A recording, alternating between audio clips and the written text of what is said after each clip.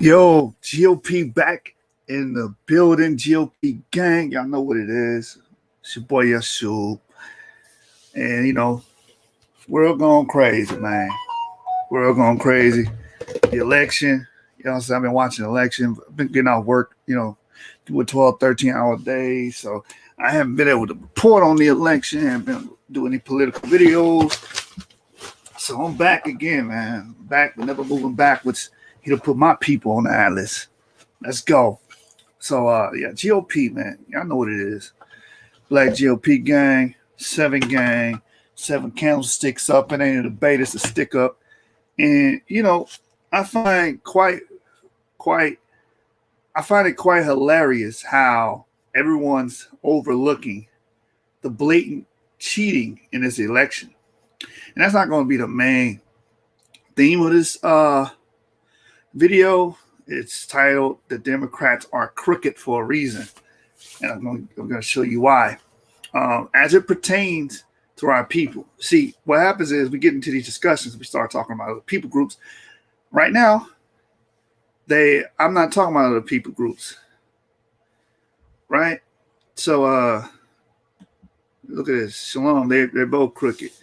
I mean, that's your opinion. I got evidence that the Democrats are very, very, very crooked. And it's very interesting the route I'm going to go. And it's that simple. Hey, you can say he won fair and square, but the people are on video filling out blank ballots. That's fair and square to you, then I will never trust you in any endeavor in my life, any business. I would never trust you to even just tell the truth to me. I would never look at you as genuine. You will always be a disingenuous person to me. Because if there's video footage of these guys cheating, video footage is of the guy that's just supposed to open up envelopes. He's getting visibly angry and balling up paper and throwing it to the side. If that's fair and square to you, I don't want to have anything to do with you. You know what I'm saying? Because I know you are a disingenuous person. You see what I'm saying? You are a very, very disingenuous person. If there's video footage of someone committing voter fraud, there's video footage of these people telling them, hey, we don't want the observers in here. Why you don't want the observers in here? And then when they filed the suit to the states, they still wouldn't let them in after they had a court order. Why you don't want to let them in there? Because you don't want them to observe you cheating. But that's not the main theme of this channel. Apparently you are, because you're on my channel making comments about it. So what's the point? You came on here to say that because you wanted Biden to win. You wanted 11 million immigrants to gain amnesty. You wanted that. You wanted the immigrants to get health care and get benefits that the American people should be getting, that your black ass still ain't getting. That's what you wanted. You wanted your voice in this society to be minimalized and overshadowed by illegal immigrants. Because when illegal immigrants, we have done shows on this, once they pour into the country, the people groups that get affected the most are our people groups. It's our ethnic group, the Black American group, right? They get affected the most. Their wages drop and they lose job opportunities, and crime spike because when you don't have money, you don't have opportunities, you tend to lend to nefarious means. I'm not talking to you, Shalama Kahan. I was referring to the sister. There's always sisters that's going against males. People say, oh, why has always got to be a gender war? It's a gender war that wasn't started by us, quite frankly.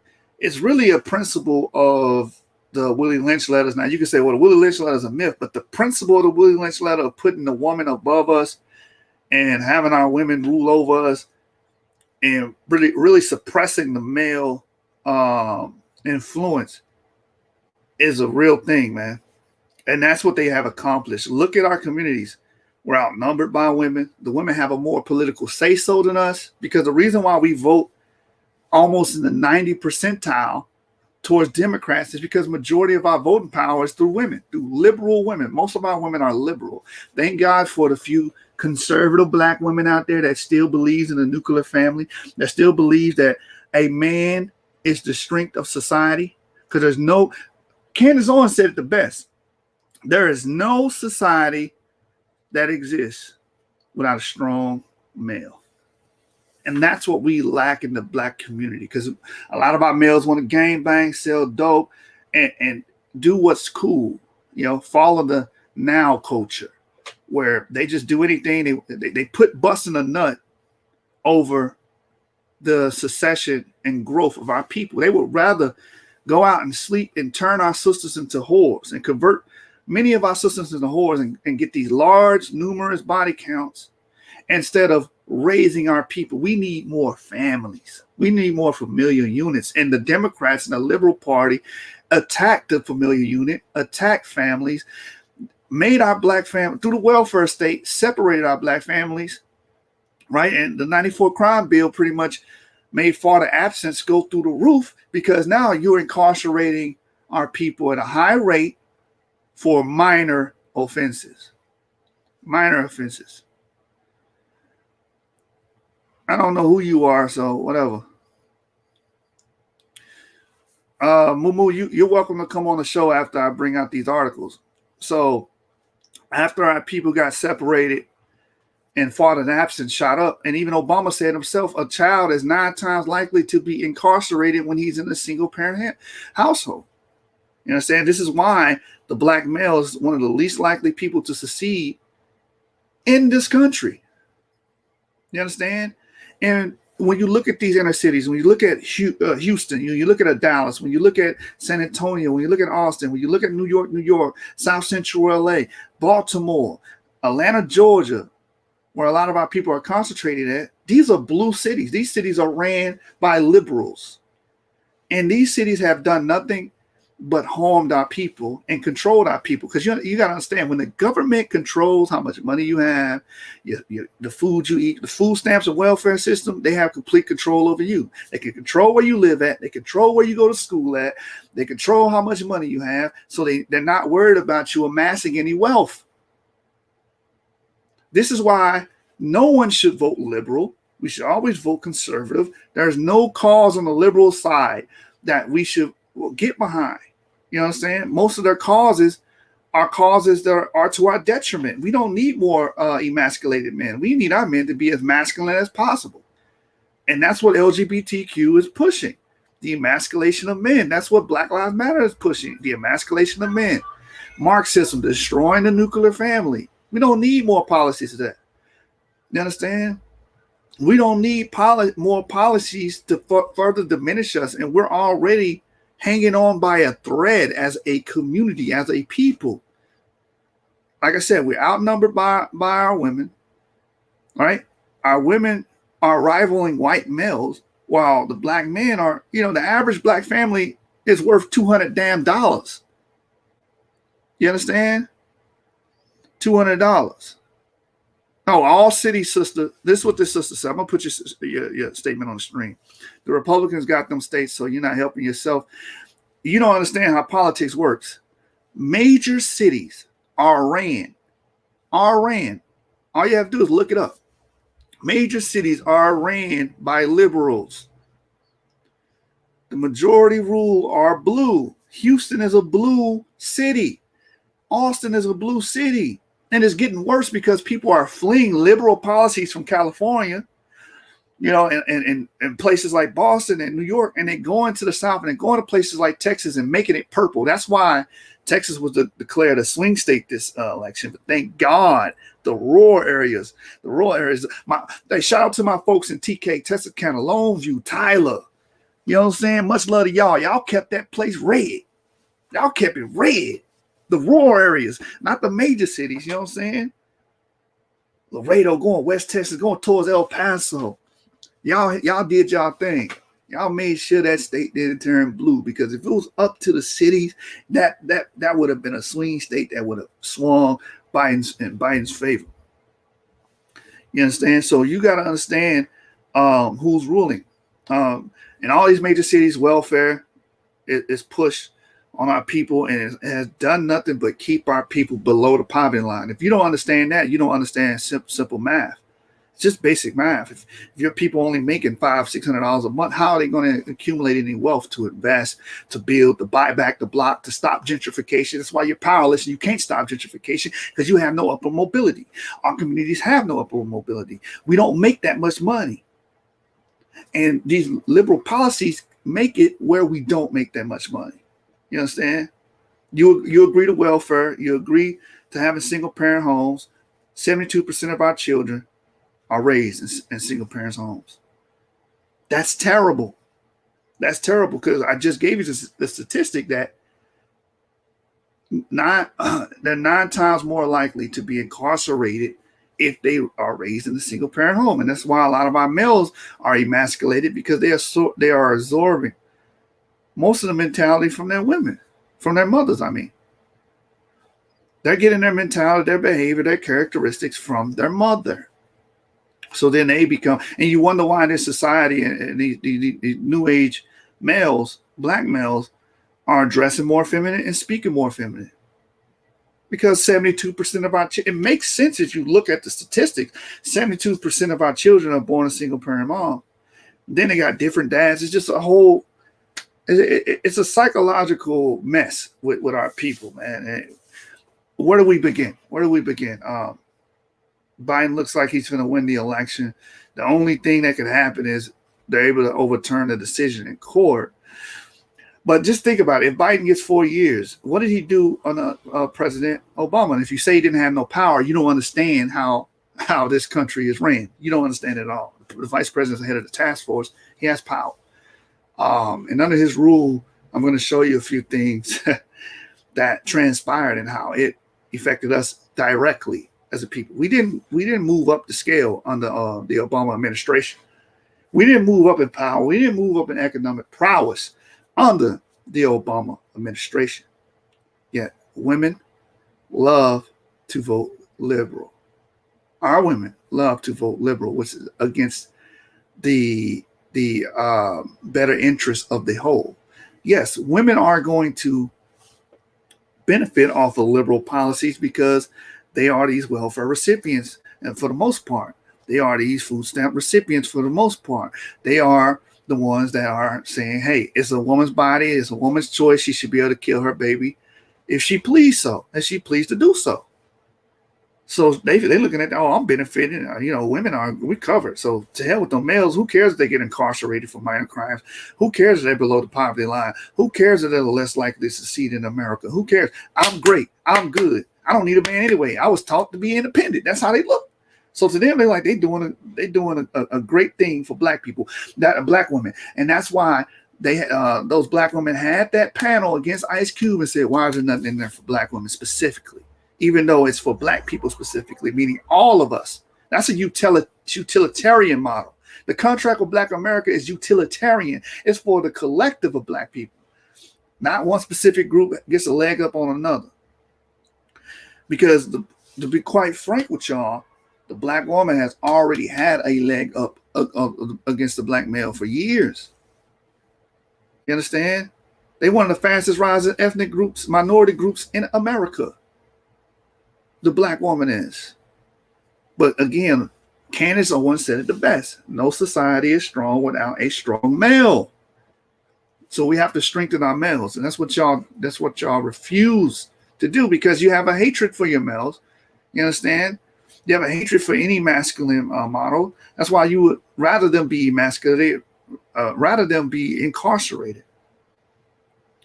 You understand? So what the hell? At the end of the day. But the title is The Democrats Are Crooked. Democrats are very crooked. They have been crooked. They have been longly reputed as such. All right? So let's get into it. I'm going to go to the first video entitled Inconvenient Truth About the Democratic Party. Right?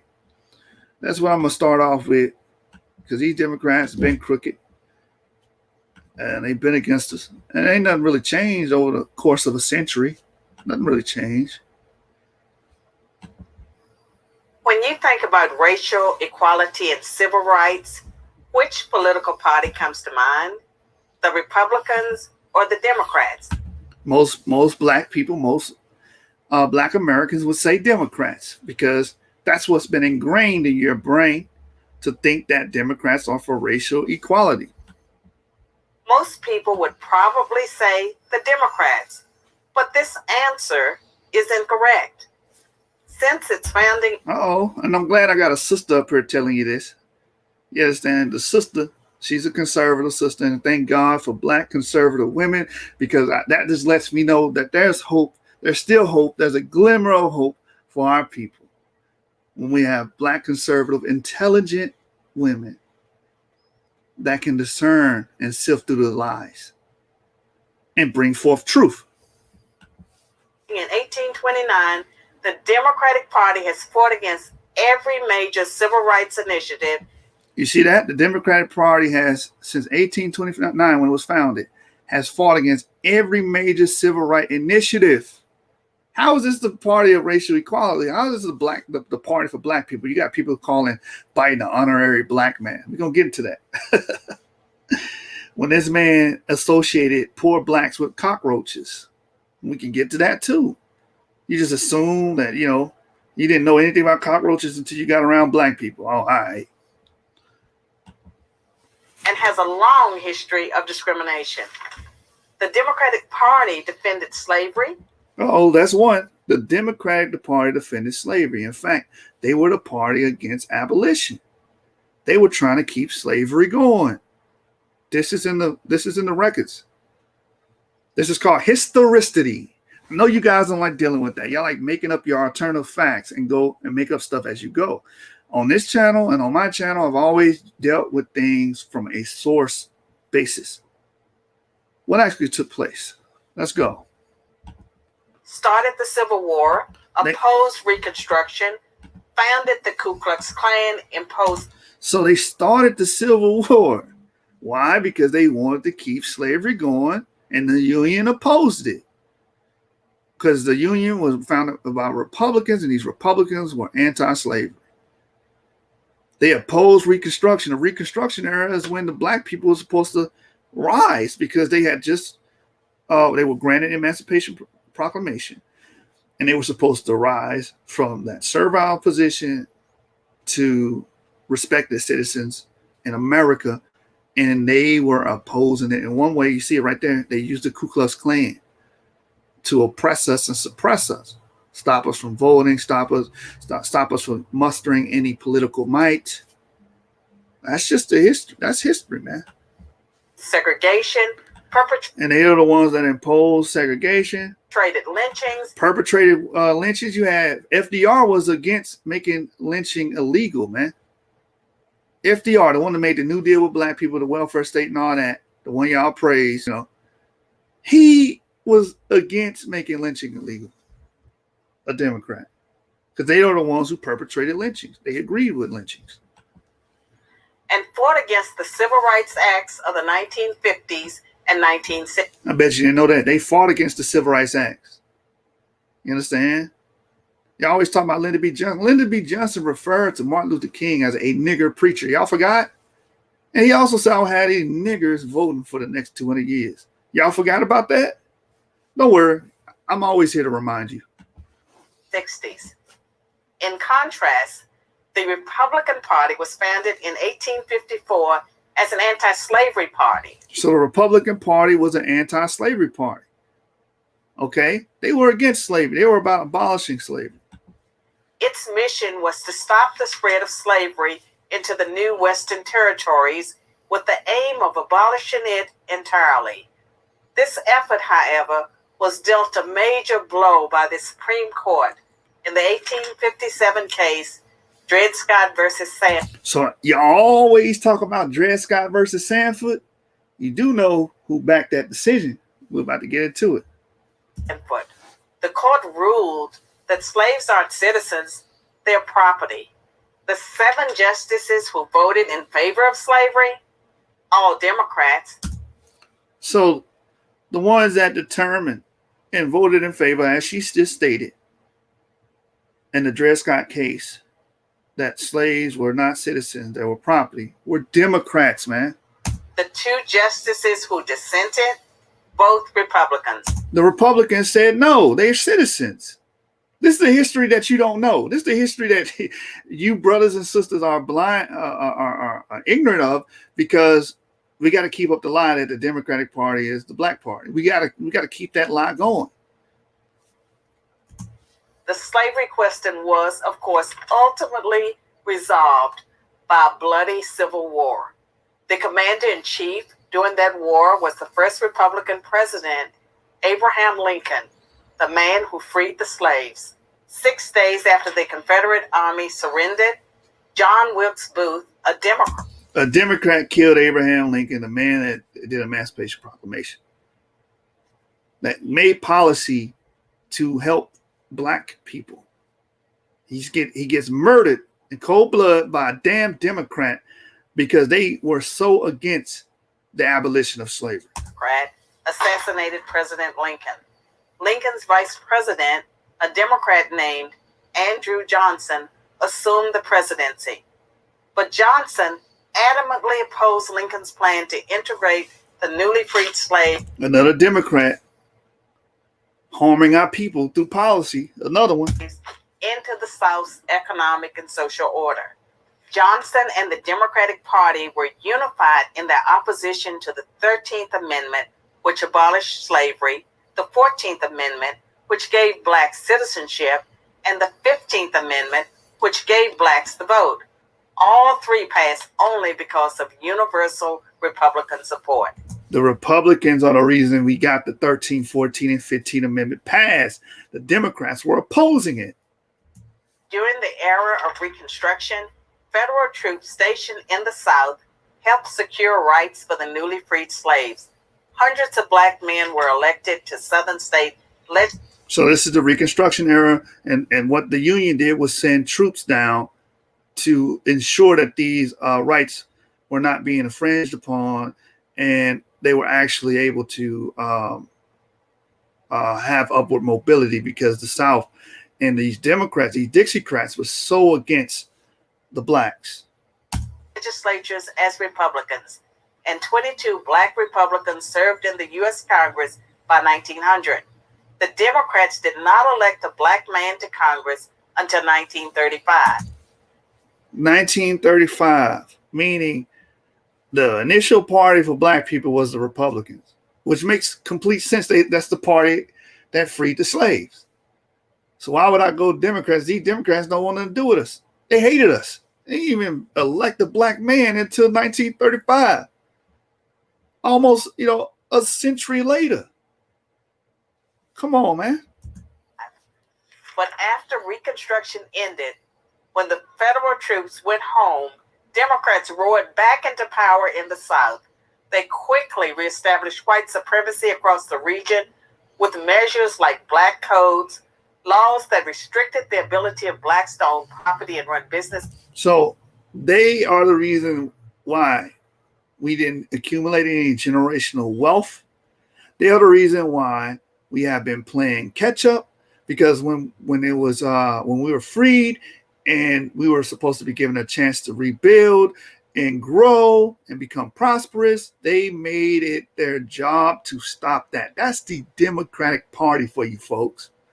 That's the legacy of the Democratic Party, creating these black law codes that restricted the ability of blacks to own property and run businesses. How are you going to make wealth? How are you going to generate wealth and pass it down to your children if you can't do those two things? Property, land is a non-liquidating asset. That's something that will always be valuable. That's why the Democrats also, she doesn't cover in this video, they oppose the 40 acres and a mule, which was proposed by the Republican Party, that we get 40 acres and a mule as recompense for and compensation for slavery. And the Democrats are the ones that voted against that and made sure we couldn't get 40 acres and a mule. That would have translated to generational wealth. It says, and they imposed poll taxes and literacy tests used to subvert. So we couldn't vote because at that time you had a large slave population that was just getting freed that did not know how to read. So they was like, make a literacy test and they can't select any officials. Democrats did that. Black citizens' right to vote. And how was all of this enforced? By terror, much of it instigated by the Ku Klux Klan, founded by a Democrat, Nathan Bedford Forrest. As historian Eric Foner, himself a Democrat, notes, in effect, the Klan was a military. So Nathan Bedford Forrest was a Democrat, and he founded the KKK. And here it is. In effect, the Klan was a military force serving the interests of the Democratic Party. Eric Foner, professor of history at Columbia University. Come on, man. This party has always been crooked. Always been crooked. Force serving the interests of the Democratic Party. President Woodrow Wilson, a Democrat, shared many views with the Klan. He resegregated many federal agencies and even screened the first movie ever played at the White House, the racist film, The Birth of a Nation. So we know that the Democrats openly supported the Ku Klux Klan because the evidence is what she's bringing out now with Woodrow Wilson and actually airing this at the White House, The Birth of a Nation, which is a Ku Klux Klan film. Originally entitled The Klansman. A few decades later, the only serious congressional opposition to the landmark Civil Rights Act of 1964 came from Democrats. 80% of Wait a minute. We've been taught that, the Democrats are the reason we got Civil Rights Act. But actually, the people that were against and opposed the Civil Rights Act of 1964 were Democrats. Republicans in Congress supported the bill. Less than 70% of Democrats did. Democratic senators filibustered the bill for 75 days. The Democratic senators are the ones who filibustered the bill, keeping it from being passed for 75 days. When y'all gonna wake up and realize that this party has always been anti-black? This party has always been against your ethnic group. And this party is the reason why you don't have any economic growth or progress in this country. Until Republicans mustered the few extra votes needed to break the logjam. So the Republicans are the reason this law even passed.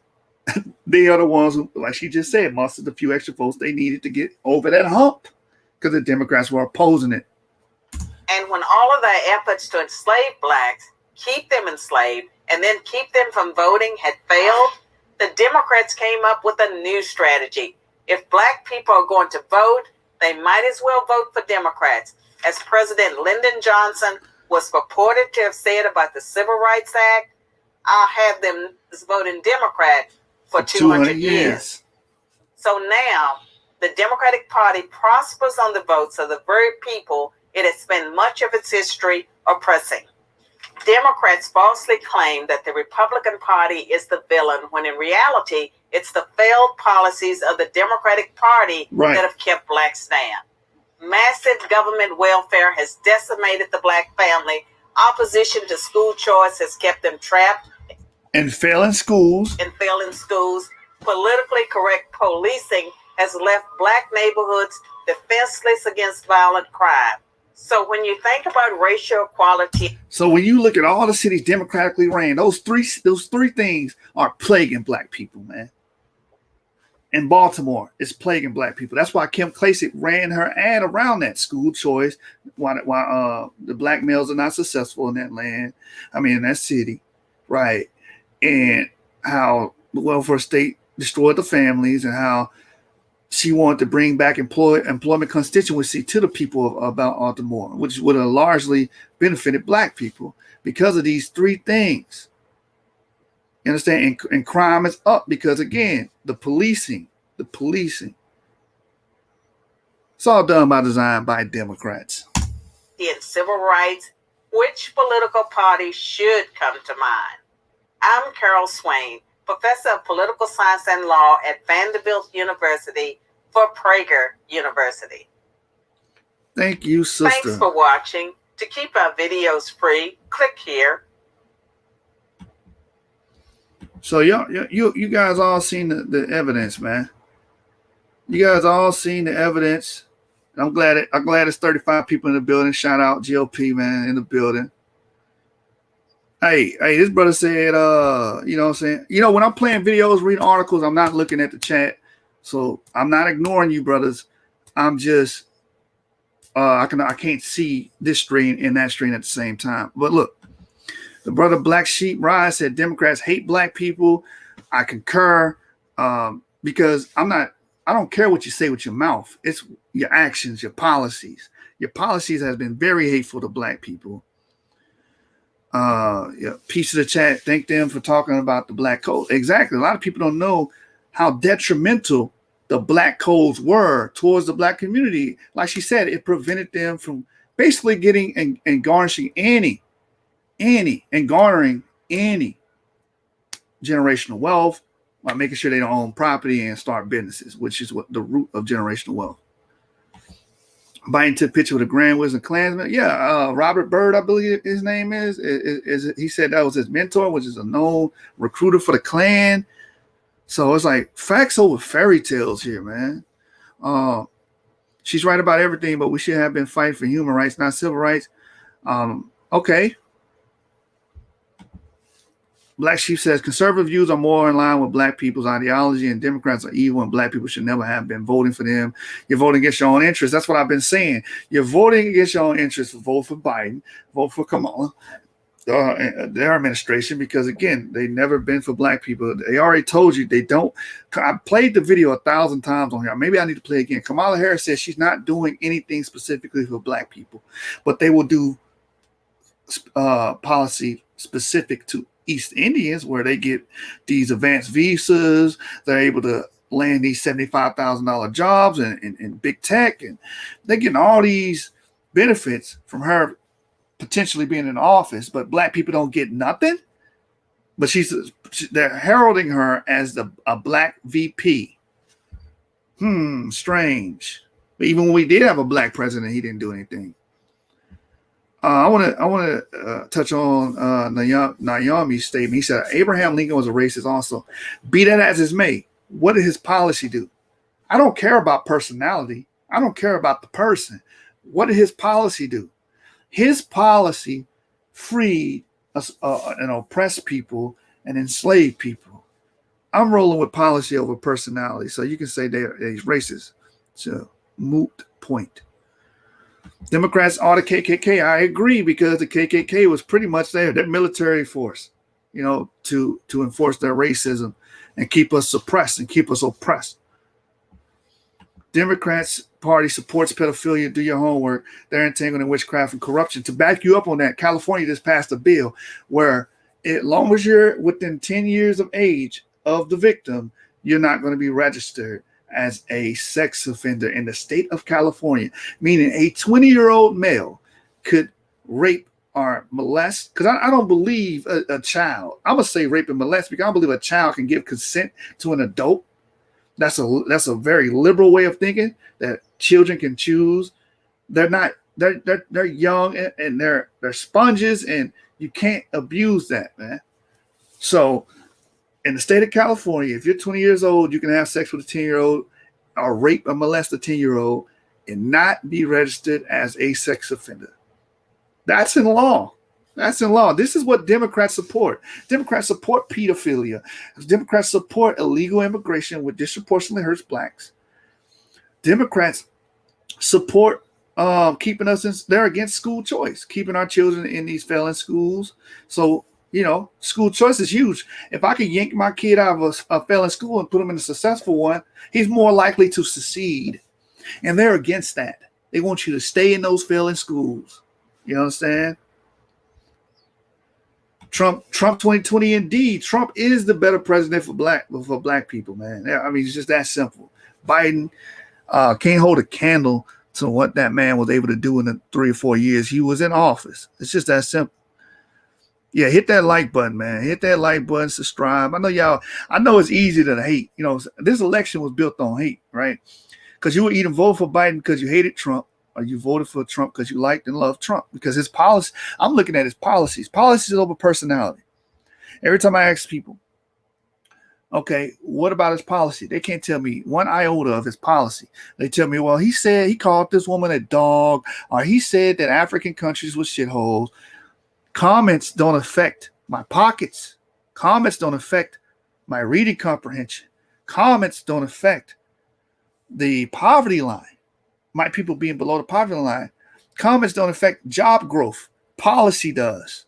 So I'm looking at the man's policies. You can have an opinion on what he said and he offended you or whatnot. At the end of the day, I would rather have policy over smooth words. Biden just gonna give you smooth words. That's all he gonna do, give you smooth words and rock you back to sleep and while your people suffer. You know the last president we had that did that? Obama. And we're gonna bring that out today. Hey, this brother said democracy, demonic rule, democracy, and republic makes no sense. Now, I gotta correct you, just the source. Demos means people, and krasi comes from kratia, which means power. So it's supposed to be power of the people, is what they were trying to do. But that's funny, demonic rule, which is really what they are. They're the demonic party, man. They for abortion, they for pedophilia. They're the reason why LGBT has spread like a wildfire. They're against the nuclear family. Come on, man. They're for the welfare state. They for keeping black people poor. They're for illegal immigration, which hurts our jobs, takes our opportunities from us, and make us go into a life of crime because of the lack of opportunity.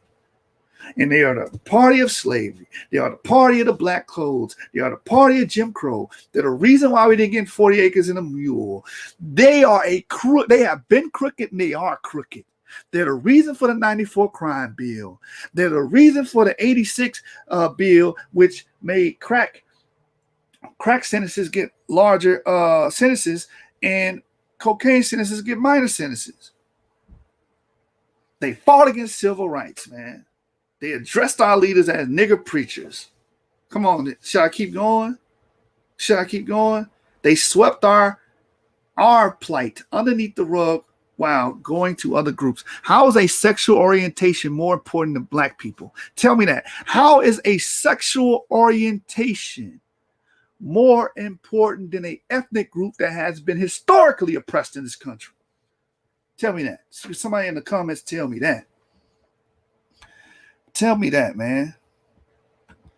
Was there an exodus of the KKK and others to the Republican Party? No. Only 2 people left the Democrats and went north historically. It wasn't a large Democrat shift to the Republican Party. That is a farce. Pushed by the left to try to make you, reel you back in and rock you back to sleep. Even though everything they have done, they are the reason why inner city projects are so terrible as far as crime, no opportunities, no jobs, no economic growth, no upward mobility, the education sucking. They are the reason. They are keeping you down and holding you down and oppressing and suppressing and repressing you. That's what they're doing. That's what they're doing, man. That's why he can get on TV and feel emboldened when he says things like, if you don't vote for Joe Biden, you ain't black. It's a very racist statement to say. Because basically you're saying we don't have the freedom of choice and freedom of expression, which Joe Biden's also against. Joe Biden's also after your guns, so now he doesn't want you to bear arms. This guy is not a good presidential candidate.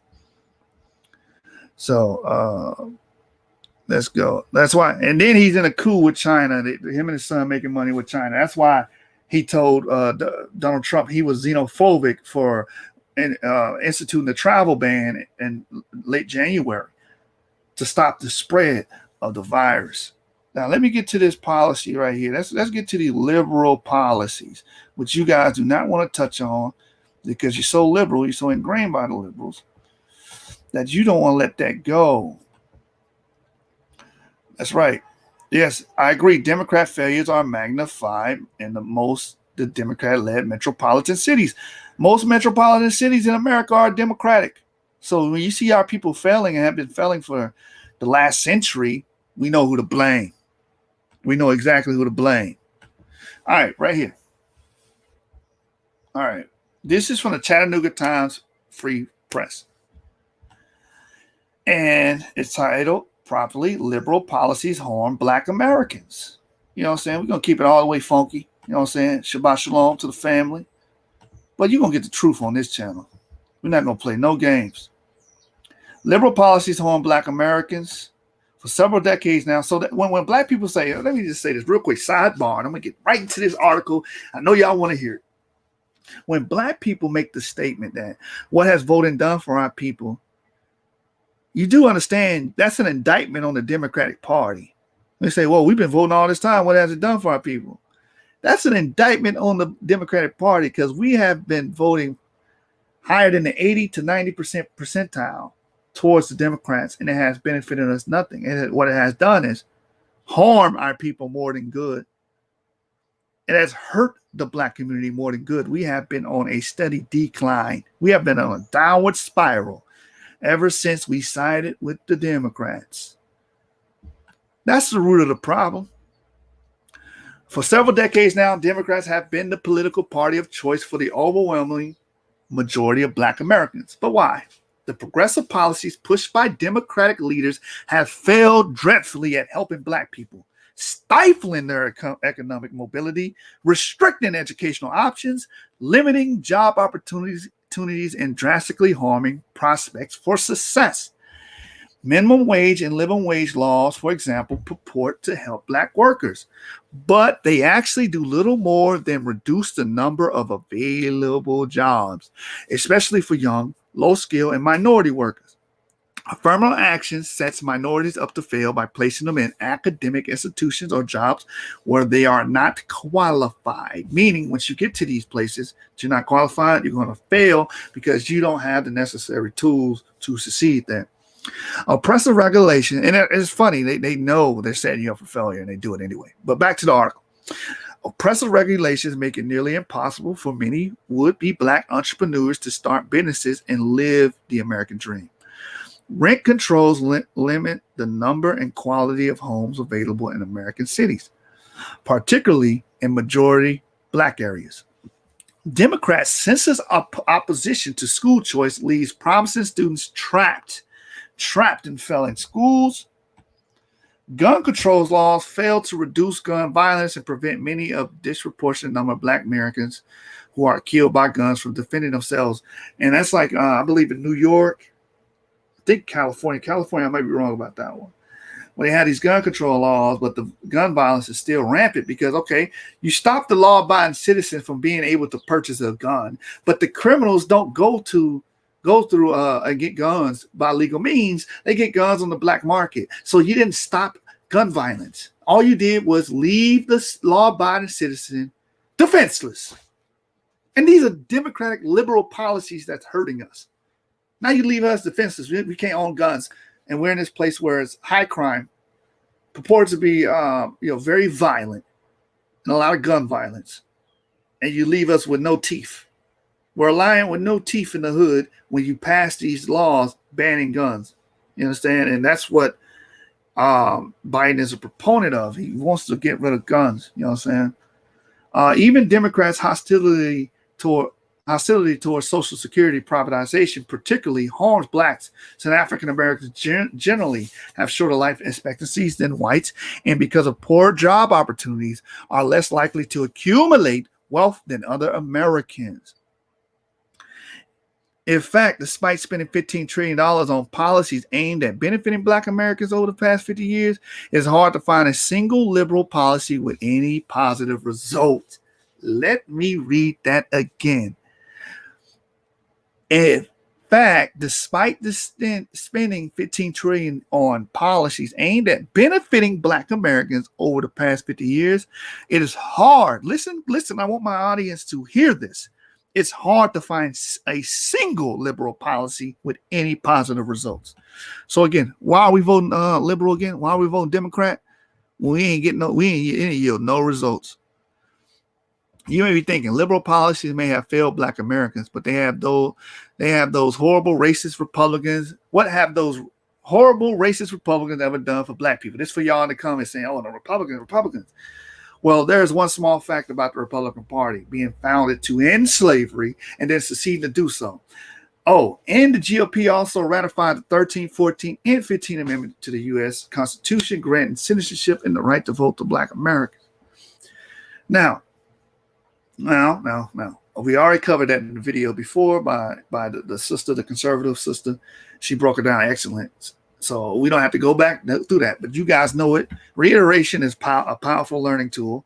So we're going to reiterate. But it says, of course, many black people couldn't exercise their voting rights because Democrats implemented a number of barriers, including poll taxes, registration fraud, literary tests, and physical violence to keep black voters from the polls for the better part of a century. That's your Democratic Party that you love so much. It says Republicans also enacted monumental civil rights protections in 1866 and 1875 and passed the Civil Rights Acts of 1950s and 1960s by a far greater percentage than Democrats. We covered that in the video prior. This is Dwight Eisenhower, a Republican president, sent troops to Arkansas to desegregate schools. And his appointment of Chief Justice Earl Warren to the U.S. Supreme Court paved the way for the Brown versus Board of Education decision that ended school segregation. To be fair, Democrats left their mark on America's black community as well, unlike Republicans. However, the impact of Democrats has always been a negative one. Democrats fought to preserve slavery and founded the Ku Klux Klan. Democratic politicians ushered in Jim Crow laws, creating segregation throughout the South. George C. Wallace, the Democratic governor of Alabama, blocked a door at the University of Alabama in an attempt to prevent black students from enrolling. Two Democratic presidents, Franklin D. Roosevelt and Harry Truman, rejected anti-lynching laws, and another Lyndon Johnson referred to Dr. Martin Luther King Jr. as the nigger preacher. This is the Democratic legacy. They have always been a crooked party. Always. Since inception. Since 1829. It says throughout American history, the Republican Party has done more to advance the civil rights and establish fairer, more equal treatment of black Americans than Democrats. That is still true today. So get out your feelings and get out your emotions and be like the source. We go off sources here. We base our things off facts, not off emotions and feelings. This is what actually happened. This is called historicity. Can your thoughts and opinions pass the historicity test? I think not. Louisiana State Senator Albert Guillory explained the failures of the Democratic Party and liberal policies during his announcement that he was leaving the Democratic Party to become the first black Republican state senator in Louisiana since Reconstruction. Declaring the Democratic Party the party of disappointment, Guillory proclaimed that at the heart of liberalism is the idea that only a great and powerful big government can be the benefactor of social justice for all Americans. But left is only concerned with one thing, control.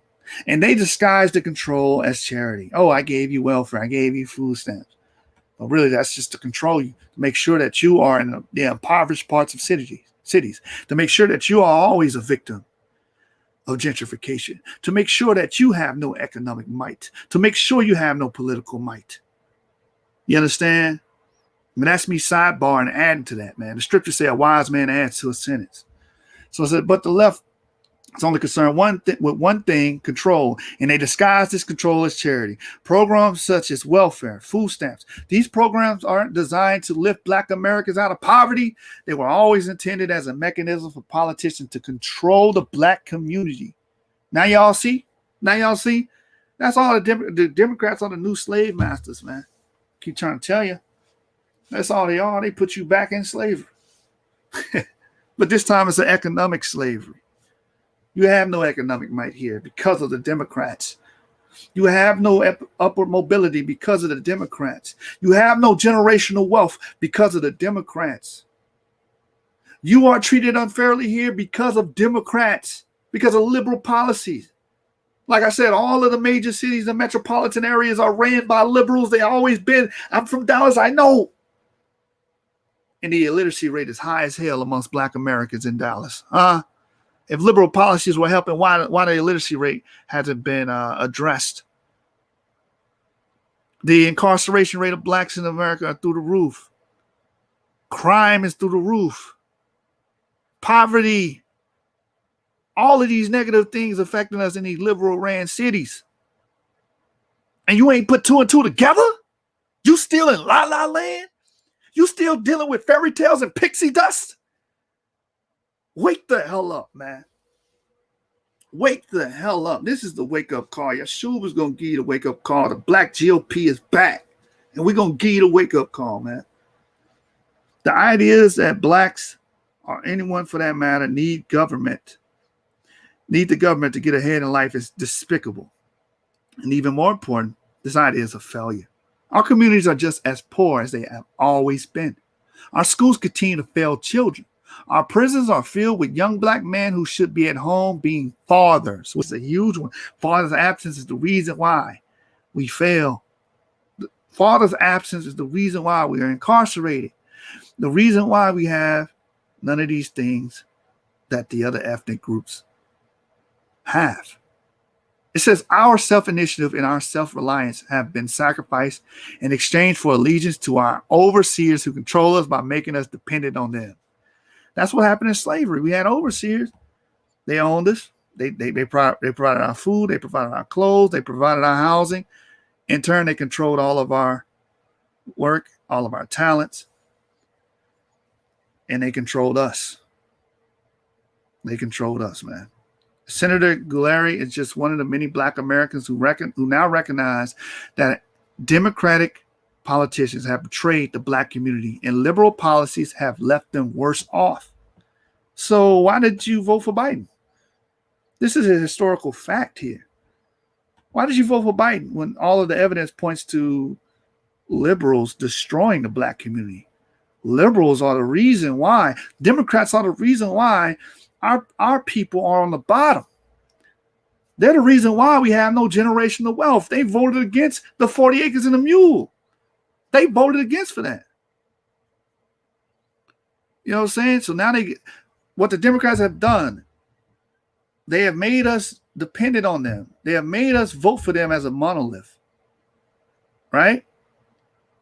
They have made us do all these things to support them while they destroyed us. And what we do is we say, well, vote never helped us. Why? Because we voted for one party, the party that destroyed us. So now we can't be free thinkers and say, okay, let me vote for another party and see what we can get out of them. President Donald J. Trump his administration sat down with Ice Cube and implemented the contract with Black of America. The Democratic Party didn't even want to speak to him. Kamala blew him off. He brought it out. Kamala Harris was supposed to have a one-on-one with him, and she blew him off. So it's like, what are we going to do? Because at the end of the day, being utilitarian means voting for the party that's going to support us. Y'all don't understand that because the Democrats have mistreated you so long, have taken your vote for granted for so long that you think voting, period, is not going to help. You think involving yourself with politics is not going to help. No, the Democratic Party is not going to help. You have to rise up and understand that and then begin to vote for your best interest. That's the whole point.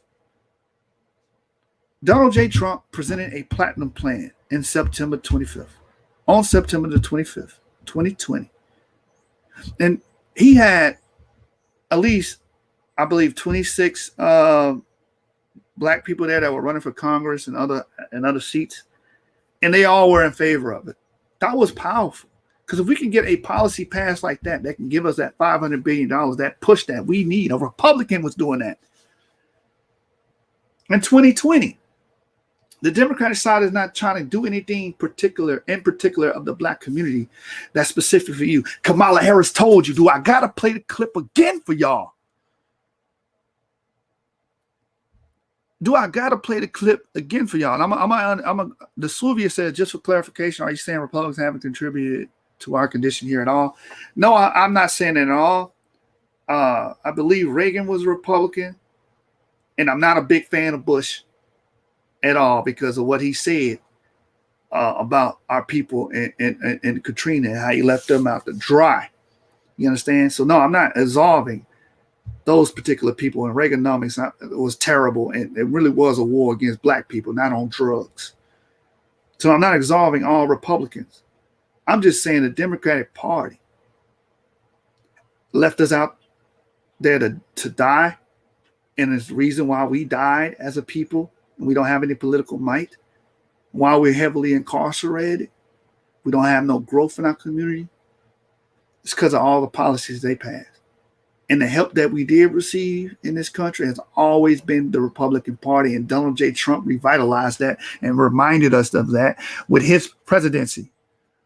He the one who made the law and the bill with the First Step Act to reform and repeal a lot of the harmful acts, the harmful laws that Joe Biden put into practice. He's the one who did that. Wait a minute, Obama was in office for 8 goddamn years. Where was his prison reform for his vice president, for what he had done to the black community? Where was it, goddamn it? Can somebody show me his prison reform? Can somebody show me that? Because he didn't repeal that. Donald J. Trump did that shit, man. And I'm going to roll with somebody that's got our best interests in heart. Damn the Democratic Party. To hell with Biden and to hell with Kamala, because they ain't did shit for us and they never will. Yeah, Maxine Waters is terrible. And Maxine Waters won the district. Where is the black support in South Central LA? Where is it at, man? These brothers should have voted for Joe Collins. Joe Collins had you in mind. He had the black man in mind. He had the black woman and the black family in mind. He wanted to bring jobs to y'all and economic strength. She just wants you on welfare. She wants you to be on welfare forever. And that's the party you want to vote for. That's the party you want to support. Maxine won her district back. Joe Collins should have blown her out the water. She's been there for only 40 years. She ain't did shit for them. It's just disheartening that she actually won that district. And it's disheartening that Kim Klacik lost Baltimore. It's like, man, we got to support these black politicians more, man. Yeah, they ain't did nothing but put us in jail. You're right, Yashawn. They ain't do nothing but put us in jail, lock us up, and keep us from thriving. That's all the Democratic Party did. That's all they know. They always been crooked. Always. And now we get one president to actually do things for us, pass things in law for us, bring the economy of black people up. And y'all voted against that, man? Y'all voted for Biden, the same one that locked y'all asses up? You voted for Kamala Harris, the same one that locked your ass up, that was keeping brothers in prison past their sentence because she valued prison labor? Which is a multi-billion-dollar industry. Prison labor is a multi-billion-dollar industry, just like slavery was. It's no different. The slave masters never changed. The Democrats are still the slave masters. They making sure your ass get locked up so they can get that free labor out your ass, that cheap free labor. That's what they doing.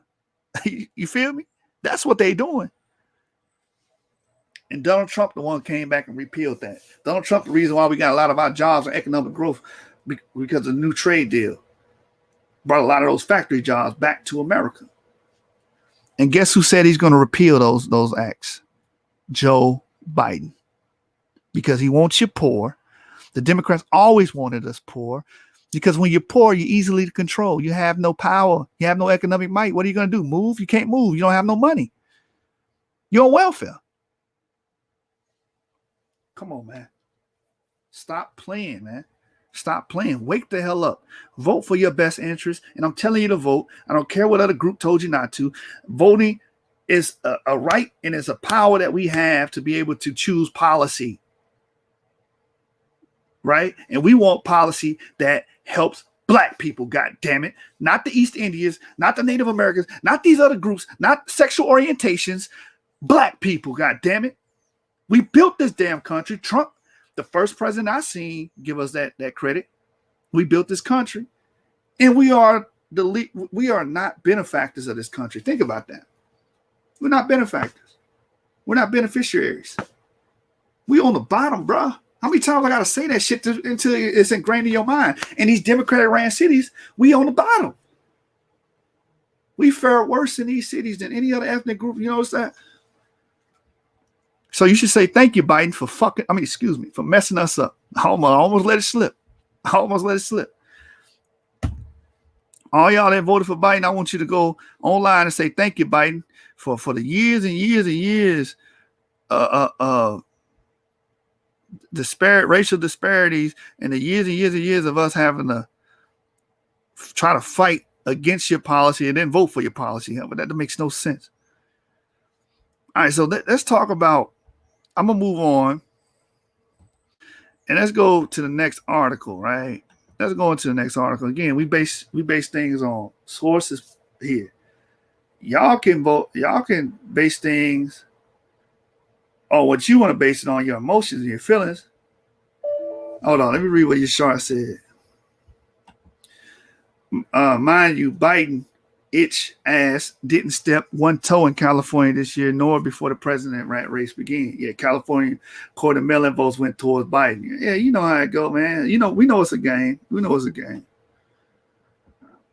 Moose said COVID was going to hit us regardless of who was in office. Yeah, exactly. It's a virus. It's a goddamn virus. You know what I'm saying? You can't stop a plague, bruh, because the only way to suppress the virus is isolation. Americans don't like being told what to do, as we've seen. Yeah, this is American choice. Kendall Booker says, we will be on the bottom until Christ return. Christ is our savior, not some white man. I don't like that way of thinking. That's destructive, because what you do is you advocate that we should stay in the bottom. And I'm never going to advocate that we stay in the bottom and we don't do nothing. What we do is we galvanize our people. We push education on them. We push economic growth on them. We don't do that. That's what they want you to think. So you can sit here and not succeed and not be progress in life. Oh, woe is me. It's going to be like this until Christ returns. So now you're going to stay on welfare. You're going to stay getting incarcerated. Stop it. Stop it. Stop that thinking, man. Stop it. Y'all need to kill those thoughts. Kill those thoughts, man. Y'all want our people to suffer. Y'all want our people to suffer. I've never seen this. Is madness. You want our people to be on the bottom. You want our people to not get jobs and be successful and have a nuclear family, and then cry and moan about all of the things that come with it, like incarceration, death, extreme poverty, failure rates. You understand? There you go. There you go. Thank you, Master Biden, for whipping us. Yeah, that's what I want. Everybody that voted for Biden, you need to make a video thanking. Hold on, that's the Facebook. Thanking President Biden. Now, they ain't gonna stop ringing. Hold on, y'all. Let me address this. Let me see if I can get it to stop ringing. I might have another page open. Yeah, there you go, right there. Yeah, close that. All right, there we go. Got that out of the way. And now my phone decline. All right, so back to what I was saying. Yeah, man, everybody that voted for Biden, I want you to say, thank you, Biden, for destroying our communities. Thank you, Biden, for incarcerating our fathers. Thank you, Biden, for putting in policy and law that harm the black community at large. I want you guys to do that, because that's what you did. A vote for Biden was a vote for destruction of the black community, and you effectively did it, because he's going to give 11 million immigrants amnesty, and we all know illegal immigrants affect black people the most. They take our jobs, they take our opportunities from us, and they make crime spike. That's just a fact. People who say both sides are crooked still have one foot in the world. Right. What's crooked about prison reform? What's crooked about opportunity zones? Opportunity zones drove private investments in undeveloped communities that would never have done it in any other shape, form, or fashion. Because these private industries, the private sector wasn't looking at the hood saying, hey, I need to invest in the hood. They wasn't looking at that. Until Trump and Tim Scott, which is a black Republican, came up with the idea, presented it to Trump, and Trump got it passed. And these opportunity zones have been driving investment from the private sector into these communities so we can get more jobs and more opportunities are afforded us.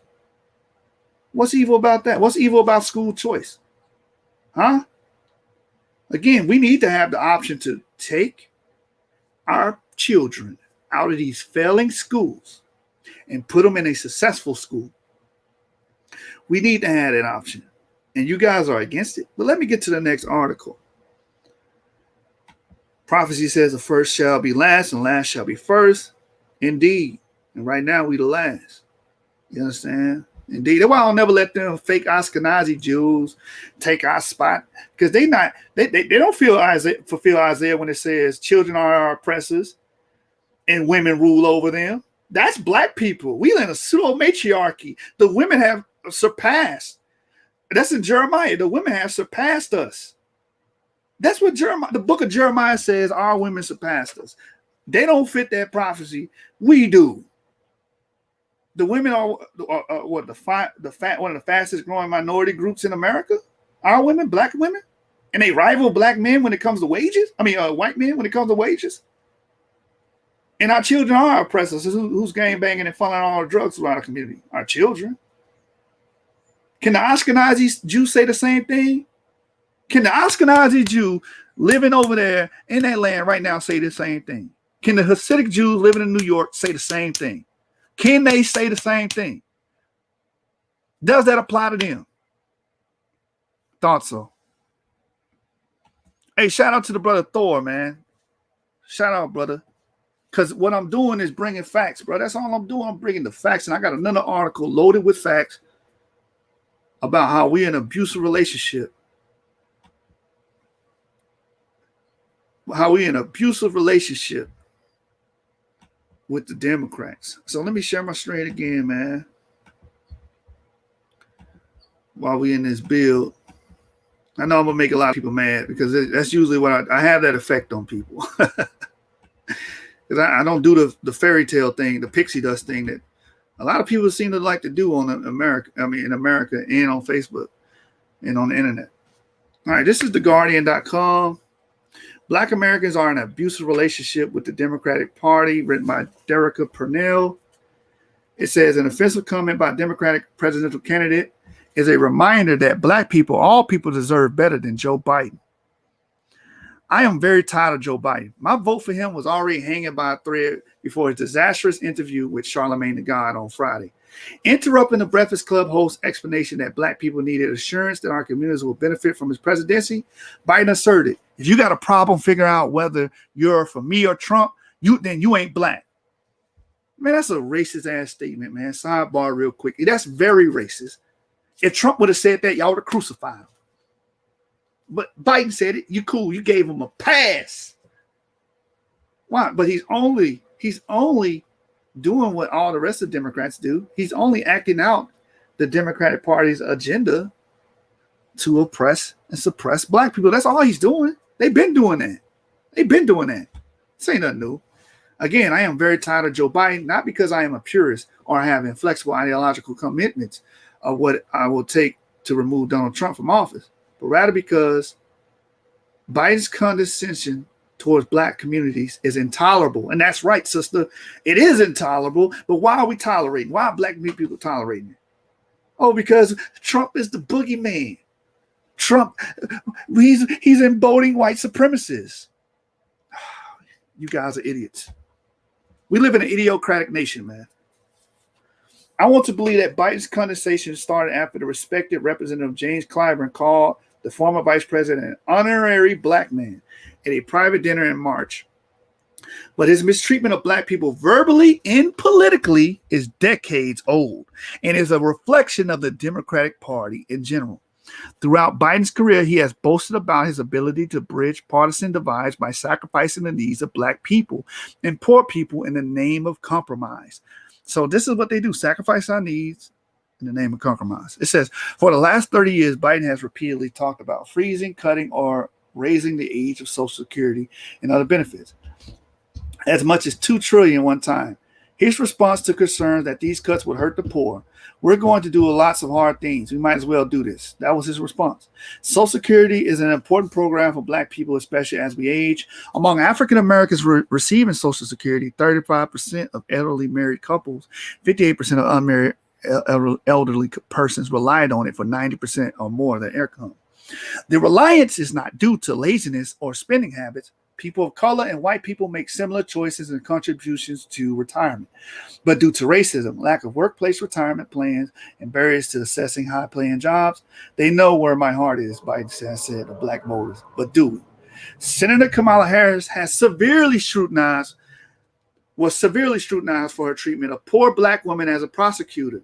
Yet Biden's criminal justice record makes Harris look like Thurgood Marshall. Biden authored and successfully passed the $30 billion 1994 Violent Crime Control and Law Enforcement Act. Besides putting 100,000 additional police officers on the streets, the crime bill distributed funding for new prison construction, encouraged prosecutors to charge children as adults, and even added the death penalty for 28 new areas, including drug-related offenses.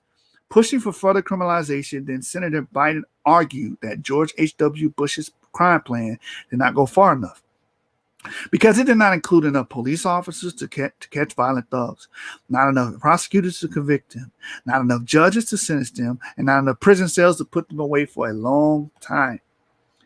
An older black generation fought through Jim Crow only for Biden to help make sure that their children and grandchildren live through a new Jim Crow. On the House floor, Biden compared his criminal justice approach to Richard Nixon's law and order stance. I would say, lock the SOBs up. Black people were arrested in droves following this bill, despite comparable drug use rates to white people. Many are still sitting in prison today. Biden has since acknowledged flaws in the bill, but last summer he reiterated his support for the bill. The law spent $30 billion but contributed to only a 1.3% decline in violent crime. He has yet to call for it to be repealed. That's the important part.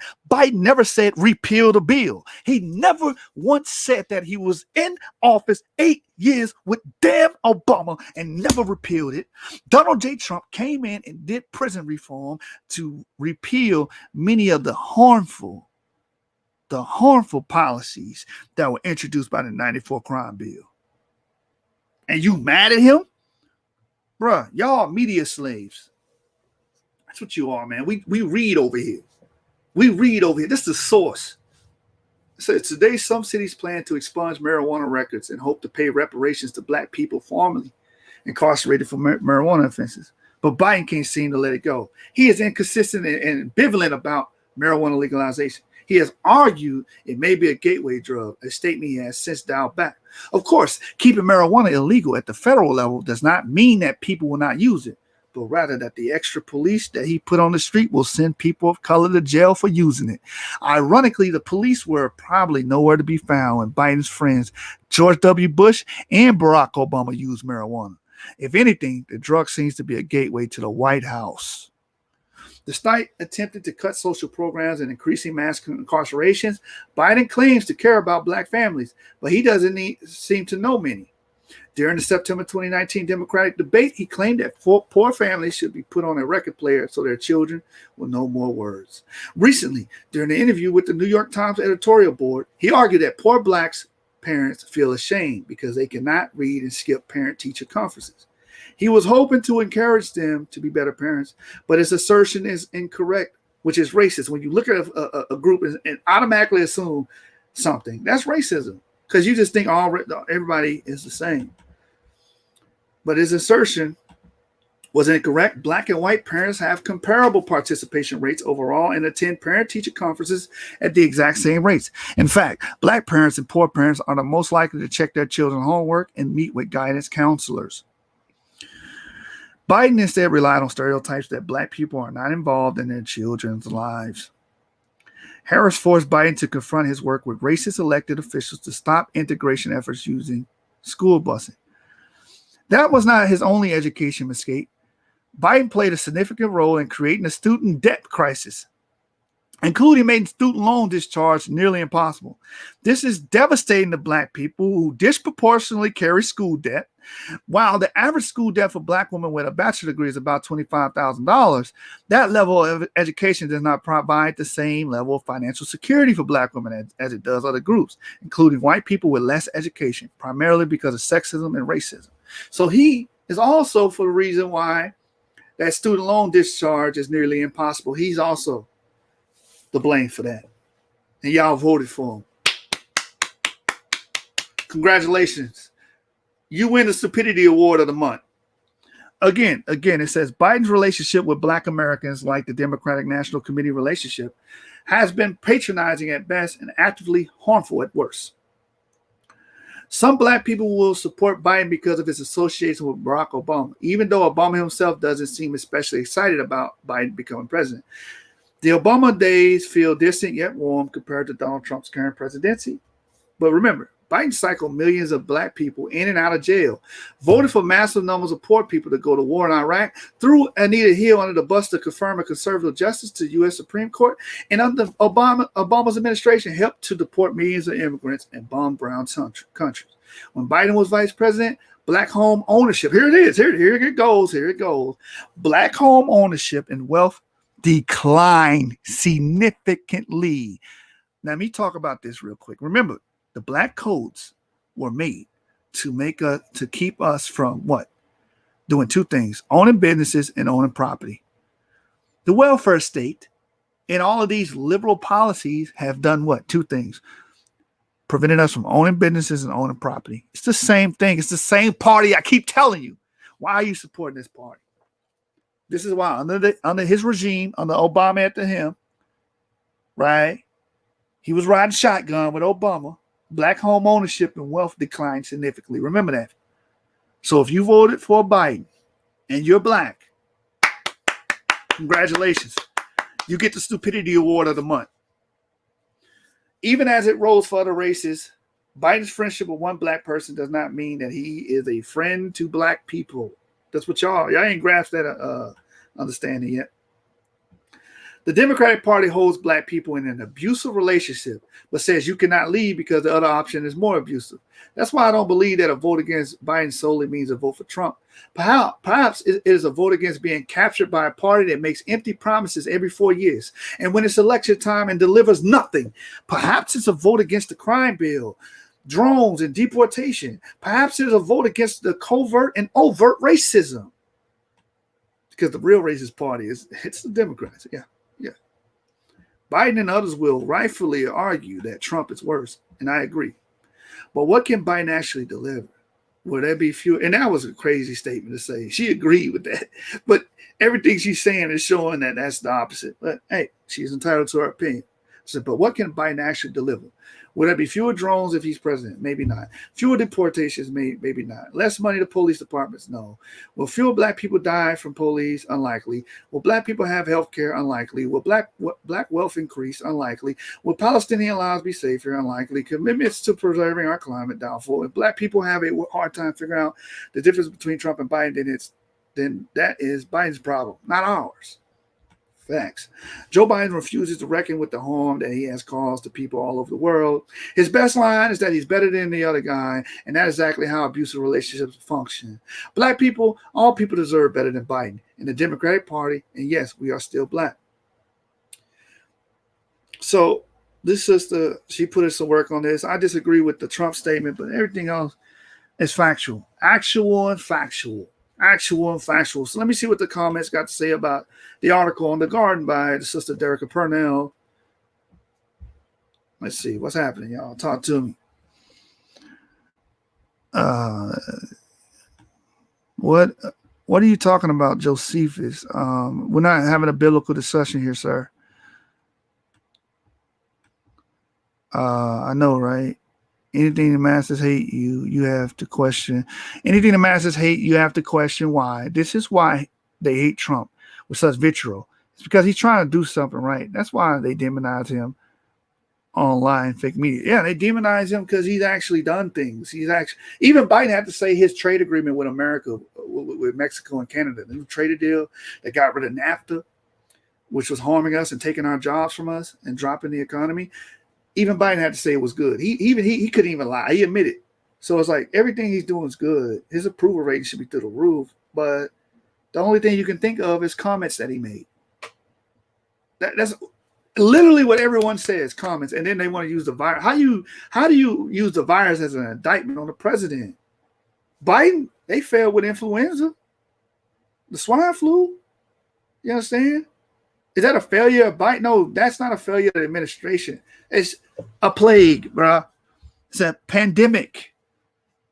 You understand? Anything you should be getting mad at the Chinese government for allowing the consumption of animals, these weird animals like bats, because they already sequenced the genome and found out that the coronavirus came from a bat.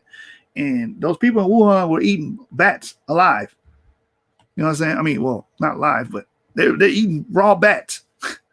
They didn't cook it or nothing, just ate the bat. I'm like, okay, it's clear it came from Wuhan. The Chinese government, once they found out that they had this virus problem, they should have shut their borders down them damn selves. Trump came out in January and shut down the damn borders. You understand? Travel ban on China, which greatly reduced it. You understand? Greatly reduced it. You cannot blame a virus on a president. If Biden was president, I wouldn't blame him for a damn virus. No, I'm not going to blame him for influenza, but I am going to blame him for the fact that under the Biden administration, under the Obama-Biden administration, home ownership and economic wealth of black people dropped. That's a fact. So y'all can run with your fairy tales and your pixie dust and all these grandiose claims. I'm running with the facts. It's the source over here, man. Keep telling y'all, we're dealing with facts. So let's get into another article. I just wanted to vibe with y'all real quick in the comments and see what y'all had to say about that. Let's go into what Donald Trump said about Obama in 2015. What is this brother talking about? What is Droopy? This is the wrong video for you. This is a political video, not a biblical debate. All right, so let's get into it. Let's share my screen. Right here. NBCnews.com says, is Trump right? A look at what Obama's done for the black community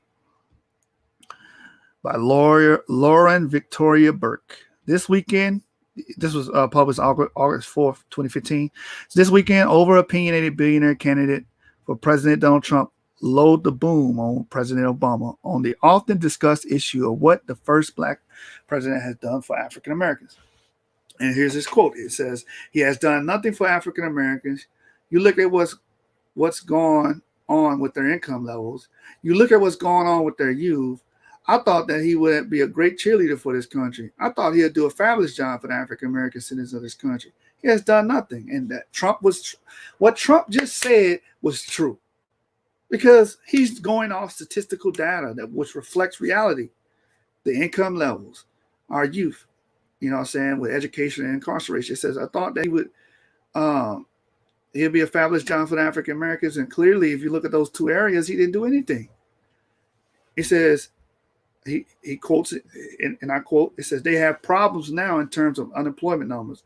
Look at their unemployment numbers, and you have a black president who's done very poorly for the African Americans of this country, Trump added. Trump told the truth. This man didn't do anything for us, man. Obama didn't do nothing for us.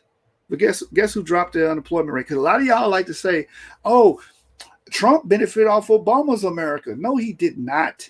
This is going towards the end of his term, 2015, and the unemployment rate was still high amongst blacks. It lowered because new trade deals, opportunity zones, driving investment, and creating jobs. And that was Donald J. Trump, not Obama. Obama was just a black face that the Democrats used to abuse you. Again, the Democratic Party has an abusive relationship with black people, like the sister said. But is Trump correct? It depends on whether you can blame the president for every single role the federal government may or may not have had in the specific lives of all Americans. It's also hard to deny the role of discrimination and hiring opportunity in America, a point that was made by Hillary Clinton at the National Urban League conference last week.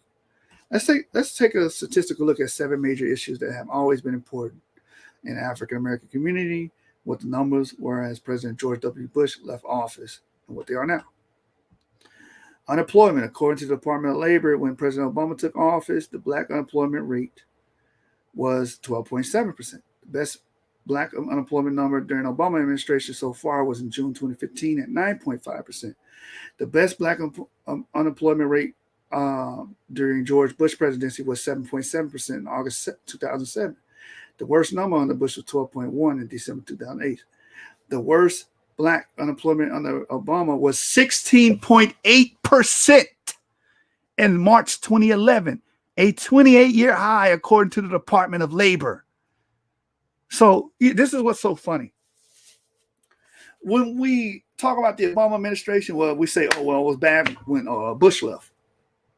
But clearly when Bush left was 12.7, and then the highest was 16.8 under Obama, which broke a damn record in 28 years. So obviously something that the Obama administration was doing was affecting that number. Because it wasn't that damn high on the Bush. It got that high on the Biden. It says, but the landscape is a bit more complicated than the numbers. In 2011, evidence of the so-called black militia emerged. In September 2014, reports on the black female unemployment rate showed at 10.6%, the same as it was the year before. Many assert that hiring discrimination and the fact that many have left the job market altogether are factors for high black unemployment overall. Now, the next one is poverty. Poverty rate for African Americans have become worse over the past few years. It was 25% when President Bush left office. It rose 28% in 2013, the most recent stat available. 1 out of 3 black children, 38% of all African American children live in poverty in 2013, as reported by the Pew on July 14th. Overall, there are more people living in poverty in the U.S. than other times in U.S. history at 45 million people. This is under the Obama administration. Education, there has been major progress under President Obama in education with regard to high school dropout rates, according to the Department of Education. High school dropout rates are at a historic low, with the greatest progress seen among African Americans and Hispanics.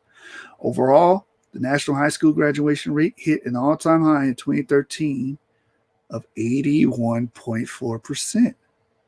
Wow. That's high. Between 2010 and 11, 2012 to 2013, graduation rates for Hispanic students increased by over 4 percentage points from 71 to 75%, and black students increased by nearly 4 percentage points, 67 to 70%. And that's from the U.S. Department of Education, Institute of Education Science, National Center for Education Statistics. It's not looking good. Healthcare. President Obama's victories in Congress for comprehensive healthcare coverage, as well as his recent win in the Supreme Court, means that many African Americans will benefit. By March 2015, over 16 million Americans had enrolled in Obamacare because Obamacare, the rates of uninsured Americans have fallen to 11.9% after being at 16% when President Bush was left office. Over 3 million poor Americans, including hundreds of thousands of African Americans in the South, would be covered if not for the Republican governors blocking the Medicaid expansion under the Affordable Care Act. In 2014, many healthcare advocates worked to get around the attempts to block coverage. Yeah, I'm not buying the Obamacare. You force people like me to get insurance, and if I didn't, you penalize me for it. And then many people say it's just like Medicare. It only pays for your prescriptions. What's the point of that? Anyway, Justice says President Obama signed the Fair Sentencing Act in 2010, which narrowed the penalty between crack and powder cocaine from 1 to 100 to 1 to 18. Last year, President Obama established a task force on policing, and that this year he rolled back the use of certain military equipment by local police, a Black Lives Matter related demand. During the Obama presidency, the Department of Justice had investigated several police departments, including Ferguson, Cleveland, and Philadelphia, under former Attorney General Eric Holder and current Attorney General Loretta Lynch. But you didn't do prison reform. Where's the prison reform? Donald J. Trump did prison reform. Income inequality says, income inequality between black and white is at its widest point in 25 years. According to the study by PEW in 2014, the average white household is worth $141,000, while the average black one is worth $11,000. That's a huge discrepancy, and that's under the first black president. Why is he not changing that? Why didn't he make strides to change that? It says the foreclosure crisis that hit the hardest in 2007, 2008 disproportionately hurt black homeowners because they were targeted by banks for subprime loans or predatory loans. 2008, the cities of Cleveland and Baltimore sued Wells Fargo over those practices. Focus on black males. In February 2014, President Obama introduced My Brother's Keeper to specifically focus on improving the lives of young African males. The initiative encouraged nonprofits to raise $200 million in 5 years for programs focused on the young men of color. By the way, What was proposed by the Platinum Plan? $500 billion. That's neither here nor there. It says, though my brother's keepers, that's not federal funding government program. So it's not even federally funded. This is for private investors, coming in together to make $200 million. No such effort has existed before under any American president. President Obama has said to be planning to make my brother's keeper a major part after he leaves office. Which, here's the thing.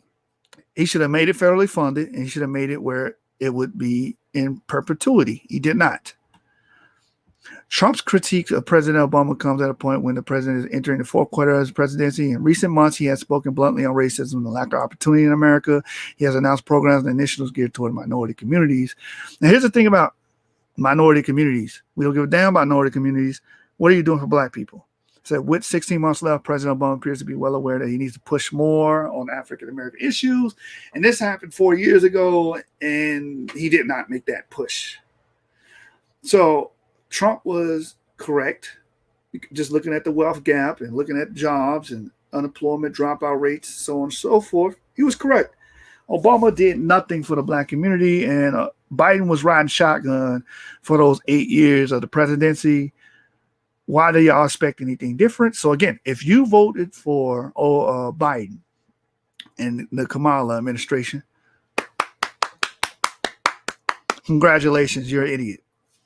Now, let's go back to the comments. Let's see what y'all talking about. Yeah, I knew he was going to win. Yeah, I knew he was going to win because the voting discrepancy in PA. He barely got enough votes to win PA and barely got enough votes to win Georgia. Coincidence. So what Trump is going to have to do next? What Trump is going to have to do next is just try to fight it in court. And if he doesn't, he'll just go down in history as the one president that really gave a damn the last 50 damn years, in my opinion. Trump's dad was at every Klan rally, didn't allow blacks to live in his housing communities. Trump and his racist acts couldn't defeat nor free the powers. What racist acts? Give me a racist act. Give me a racist act. Let's say that was true. Let's assume that was true. Even though Trump hotels and Trump towers, they employ more black people. They employ a lot of black people. But let's just say that was true. What acts did he do? Yeah, Biden has won. It was just announced. Yeah, I already knew he was going to win because he was ahead in Philly, he was ahead in Georgia, and he was ahead in Nevada. And it's like at election night, Trump was going to win, and then out of nowhere, 4:00 in the morning, he get Wisconsin and Michigan, and then Thursday, he was able to eclipse a 1 million vote lead in PA. And they got all this footage on. In circulation, showing that these people filling out ballots, balling up ballots, wasn't letting people observe. So he's just gonna have to fight it in court. You don't fight it in court, then hey, it is what it is. We got 8 years of Obama and we suffered from it. We're gonna get 4 more years of Biden, and black people are gonna suffer from it. You win. If Biden actually doesn't get this overturned, if this doesn't get overturned in office, congratulations, blacks. You're still gonna lose. Under this man's administration, you're still going to be behind. The wealth gap is going to widen. You're still going to be on welfare. You're still going to be on the bottom. You voted against the administration that was trying to help. You voted against the administration that sat down with Ice Cube with the contract with Black America, which is funny because in September 25th, during the unveiling of the Platinum Plan, Trump addressed the Platinum Plan as a contract with Black America. You understand? You went against this man.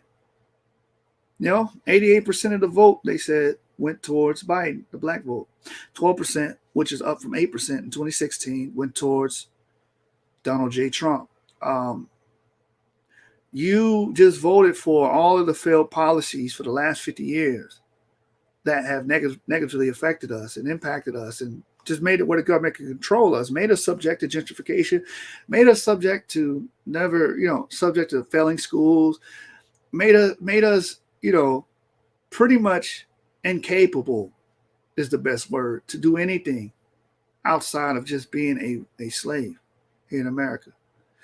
So yeah, Biden won. I guess black people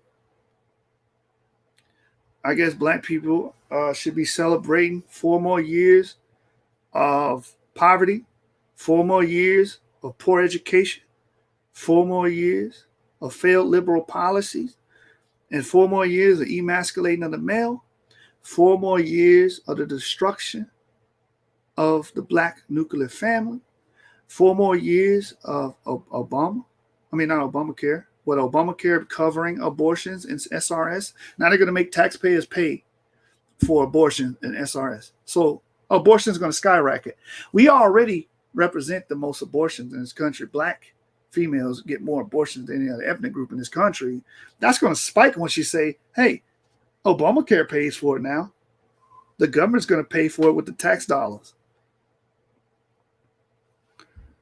Yes. If the case makes it to the Supreme Court, Donald Trump and the justice, he got 3 justices in the Supreme Court. They can overturn the election, just like the election was overturned in 2000 with Bush and Al Gore. It can happen, but it has to get to the Supreme Court. So if it doesn't get to the Supreme Court, we just got to, accept the fact that Biden is going to bring 4 more years of poverty to black people, 4 more years of failed educations, the failed education system to the black people, and no economic growth. More of the same.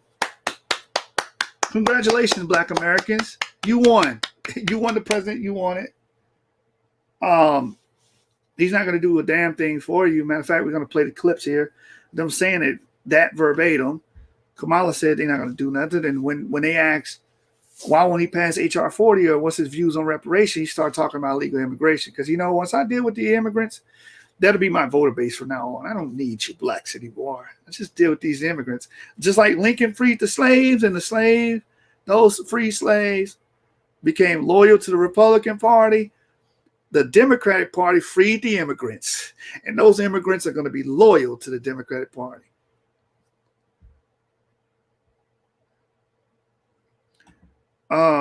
Israel Gray said, live from the bottom. If you vote, you played yourself. If you voted Biden, you played yourself, because it would have been in our best interest to vote for the Platinum Plan, which was a vote for Donald Trump. A vote for Donald Trump was a vote for black economic empowerment. That's why Vernon Jones said what he said about him. It's like, look, what the man is doing, man, I'm going to play that video next. It's going to help black people, and it has been helping black people. Biden can't say the same. Everything he has done in politics has harmed us disproportionately.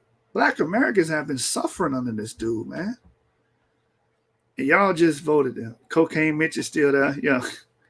Y'all celebrate. Yay, y'all happy. Biden in office. What does that mean for us as a populace? We're screwed. If that case don't make it to the Supreme Court and they overturn the election, then you could just bet your bottom dollar on it that, yeah, it's going to get worse for black people, man. Unemployment's going to go up. The discrepancies between the wealth gap is going to widen. And our dropout rates are going to increase, and our school is not going to change because you wanted more of the same. Remember, you voted for more of the same. You wanted more liberal policies and democratic policies, in which Bernie Sanders already said it.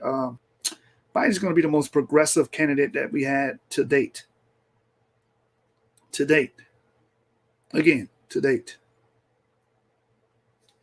Now, yeah, that's one way to comfort yourself. Say we're screwed anyway. Either way, that's not true at all. We did good under Donald J. Trump as a people, as a collective. That's why we have to adopt the utilitarian method. The utilitarian method, we say, vote and do things that benefit the majority of black people, not just women, not just males, not just children. All of us as a collective together as a familiar unit. So let me get what Vernon said about Trump. I played it before, and it just was so actual and factual. I got to play it today. Man. Check this out. Check this out, man. Georgia State Representative Vernon Jones and why he's voting for Donald Trump. Extra large panoramic moonroof. And the most inviting, super. All right, let's go. Let's go. We don't want to see the commercials. Hello, America. My name is Vernon Jones, and I'm a state representative from the great state of Georgia. As you can see, I'm a man of color, and I'm a lifelong Democrat, too.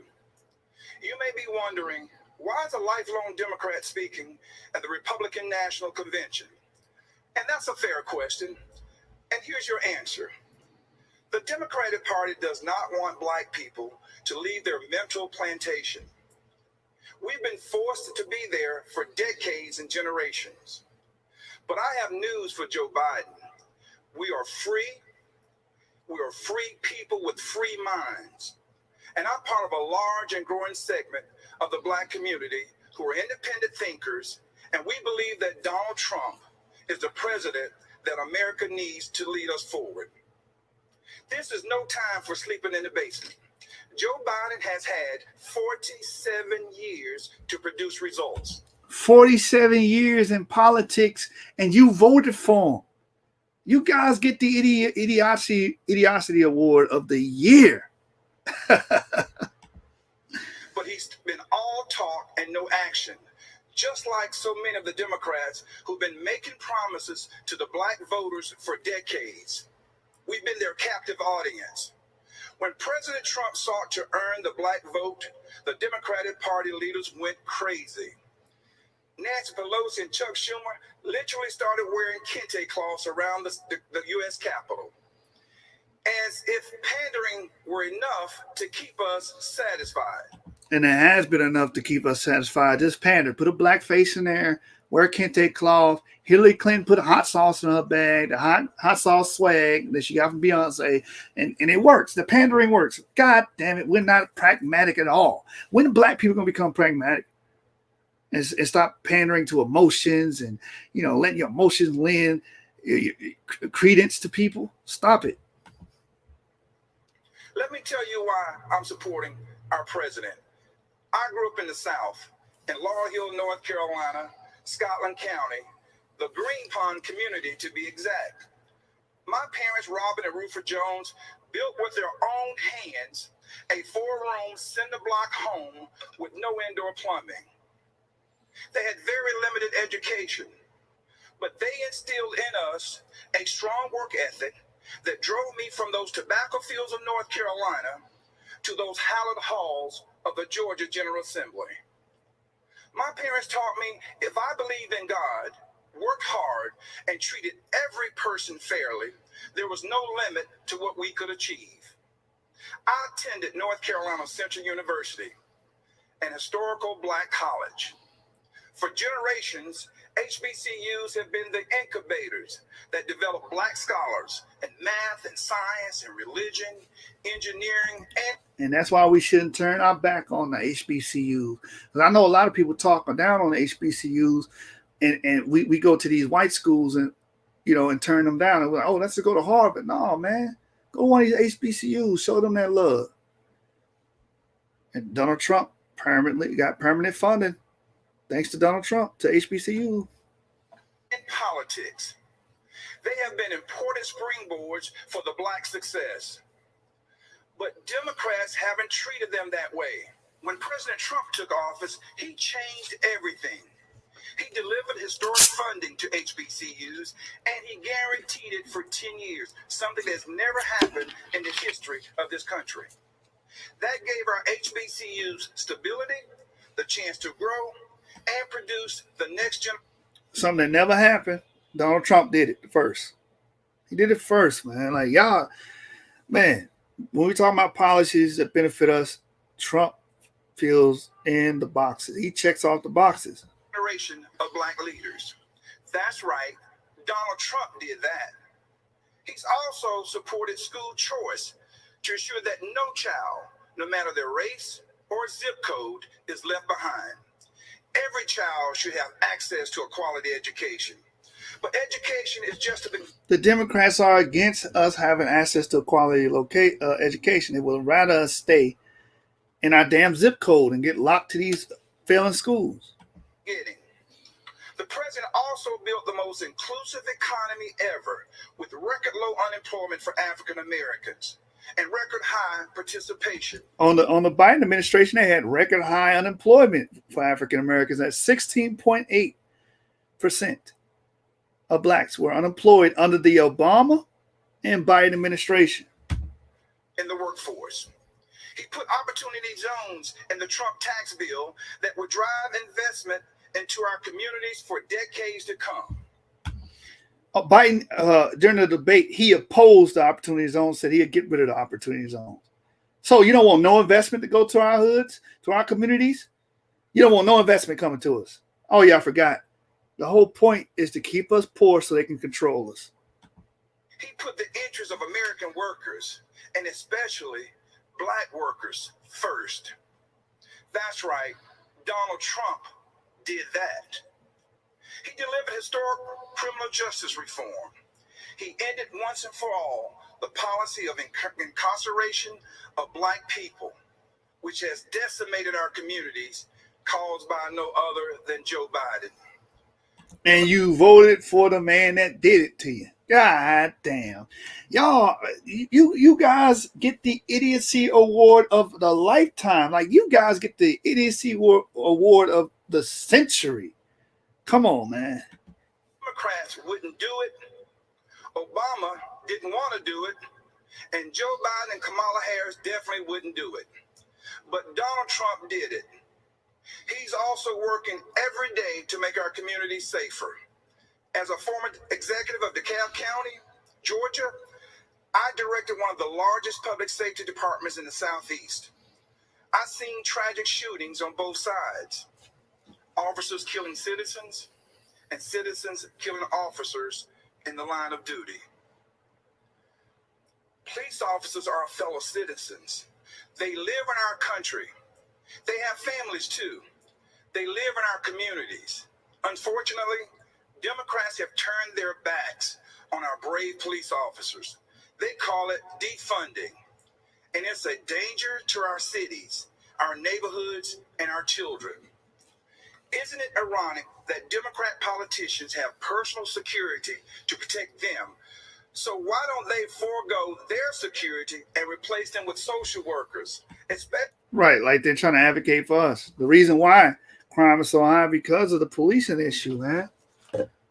And the education as well, that's a factor. Immigration. Illegal immigration has made crime spike because, again, if you got people taking all your jobs and opportunities from you, this guy comes over the border and he's going to make $4 less than you. They're going to pay him, and then they're going to say, okay, forget about you. We don't want to hire you. And then, you know, you go through that rigmarole for about 10 more times. And then you go into a life of nefarious acts to make some kind of money.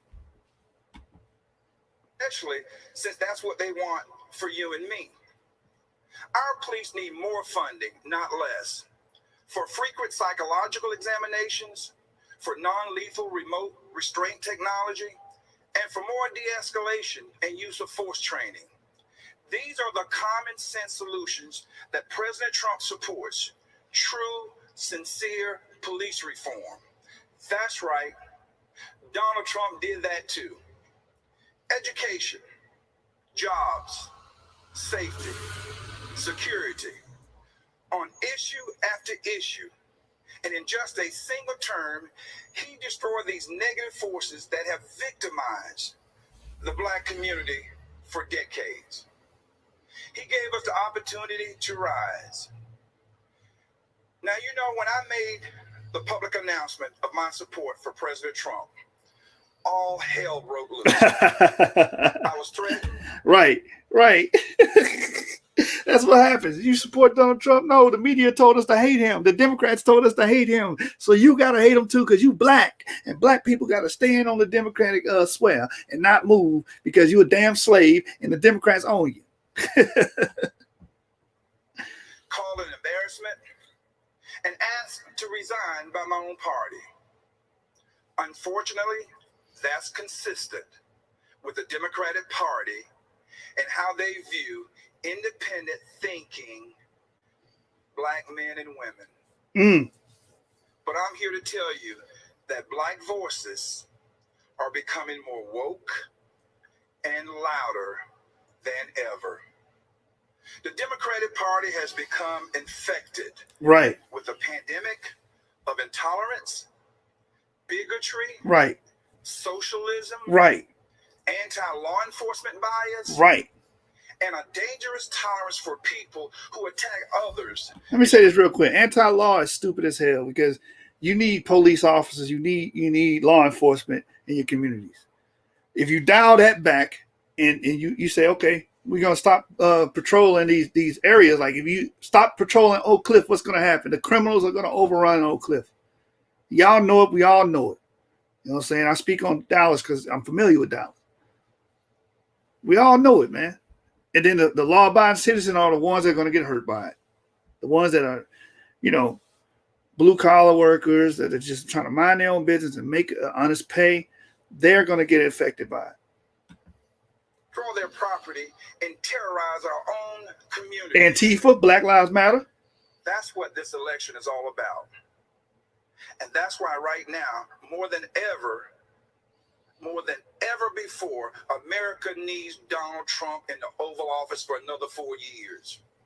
Yeah. God bless you, and vote Donald J. Trump. Thank you. Yep. And we blew it. We blew it. 4 more years of Biden's terror on black people. You know what I'm saying? 4 more years of poverty, 4 more years of job loss, 4 more years of school failure, 4 more years of the wealth gap between whites and blacks that's going to be more wide, 4 more years of illegal immigration affecting us disproportionately, 4 more years of abortions, 4 more years of the emasculation of the black male. That's what you got with Biden and Kamala Harris at the helm. Let me get this Kamala Harris footage. Kamala Harris. Let me get this footage. What she said about black people. Oh my God, man. This is just fantastic. It's like our people Do you support are such drones, man. Look at this. I'm gonna share the screen again. You know what I'm saying? Hey, shout out to the 22 viewers, man. I see you in the building. Thanks for supporting the show. Hopefully you got something out of this. Hey, check this out. reparations for black people? Well, listen. Again, we had over 200 years of slavery. We had Jim Crow for almost a century. We had legal. All of those things were backed and supported by Democrats. She's not going to tell you that. She's not going to say that. Lies, discrimination, segregation, and now we have segregation and discrimination that is not legal but still exists and is a barrier to progress. We have disparities around housing. We have disparities around education. We have disparities around income. And we have to recognize that everybody did not start out on an equal footing in this country. And in particular, black people have not. And so we have got to recognize that and do something about that and give folks a lift up. That's why, for example, I'm proposing the LIFT Act. Give people who are making $100,000 or less as a family. That's the same thing in the Lift Every Voice Act. It's a minority bill. It's not a bill for black people. They just throwing your name in there and say, oh, this is the plan for Black America. No, it's not. It's a plan for people that make less than $100,000. And we all know what happens with minority bills. We are the least beneficiaries in those bills. A tax credit, which will benefit and uplift 60% of black families who are in poverty. So by default, it affects black families, but there's not a particular policy for African Americans. Right. She hit it right on the nail. Where's a specific policy for African Americans? We want to hear this minority bullshit. But no, if you look at the reality of who will benefit from certain policies, when you take into account that they're not starting at the same place and they're not starting on equal footing, it will directly benefit black children, black families, black homeowners, because the disparities are so significant. And why the disparities are so significant? Because Democrats created the black codes to do what? Prevent blacks from owning homes and owning businesses. Democrats through FDR create the welfare system to do what? Prevent blacks from owning homes and owning businesses. It's the same thing. You created a disparity, and now when we ask you, can you fix it? No, I'm not going to do that. No, I'm just going to focus on everybody. And hopefully you get some of the straps that fall off the table. So if we focus on the specific issues that have resulted in the greatest disparities, which was induced by the Democratic Party. You left that part out. and we understand that that's part of why we're doing it. Listen, That shows that we're sane. We're looking at the same party that created all of the disparities in the first place to fix the disparities. That's insane. They're not interested in that. They're interested in keeping a foot on your damn neck and keeping you on the bottom. the reality also is this. Any policy that will benefit Black people will benefit all society. Let's be clear about that. That's funny because all these policies that's all inclusive never benefit us. We're still at the bottom. Let's really be clear about that. So I'm not going to sit here and say, I would have asked Kamala, can you give me one example of a liberal policy that benefited everybody and benefited Black people as well? And watch her stutter. I'm going to do something that's only going to benefit Black people? No. She said she's not going to do something that's only going to benefit Black people. No. Here and say, I'm going to do something. So I'm not going to sit here and say, I'm going to do something that's only going to benefit Black people? No. She said, no, she's not. That's what you just voted for, Black America. Congratulations. Again, you get the idiocy award of a lifetime. You get the idiocy award of the century. You guys are honorary idiocratic award receivers, man. They said it right there. I played this. I might have to play this every damn time I get on here. Just to remind y'all. She's not going to do nothing for y'all. You know what I'm saying? So, this brother said, get close to the Most High and strap up. How you going to strap up with no guns? They coming for your guns, man. Biden is against guns. And he's trying to, I'm just against automatic weapons. Why? Because of gun violence. Well, most gun violence is done by handguns. So logically, what's going to happen? You take the automatic weapons first, and then take away your damn handguns. This white supremacist witch. And Israel Grace, you're incorrect. The last 4 years were very prosperous for Blacks. We were beginning to make upward strides. Unemployment dropped. We had a large boom of entrepreneurs. You can't say that. But the 4 years to come is going to undo everything Trump did in his administration. He's going to get rid of the Jobs and Tax Act, which will get rid of the opportunity zones because that's in the Tax Act. But hey, y'all want to play blind, blind, dumb, and stupid. So I just let y'all have it. Excuse me. With that, I'm gonna end it, man. Let it 2 hours so it can be played back, and you guys can get all the material, the articles that we read, and I share it with you guys. Let me just check my notes, make sure I covered everything that I. Oh yeah, how could I forget about this? One more thing, because we seen Biden have a 47-year-long political career. So we know what we're going to get from him. It's not nothing secret. We've seen him underneath Obama. And again, this whole video is a proof that these Democrats are crooked. And why are you guys saying, oh, the election was fair? These guys have been crooked. The election wasn't fair. But we'll see what happens in court. I just want to bring up again, when he was vice president, when he was under Obama, what was the condition of Black people? One more time before I shut the show down. Let me share my screen. The article. You know how we do. We go all facts here, man. We statistical data. You guys just go all feelings. Y'all just blurt anything out in the comments. ManhattanInstitute.org. Why Obama's presidency didn't lead to Black progress. The historic achievement Barack Obama presidency was not the answer to Black inequities. I'm gonna blow it up for y'all. Y'all can see that on your screens. It says, oh man, it's quite lengthy. Can I get to the top, please? Cooperate.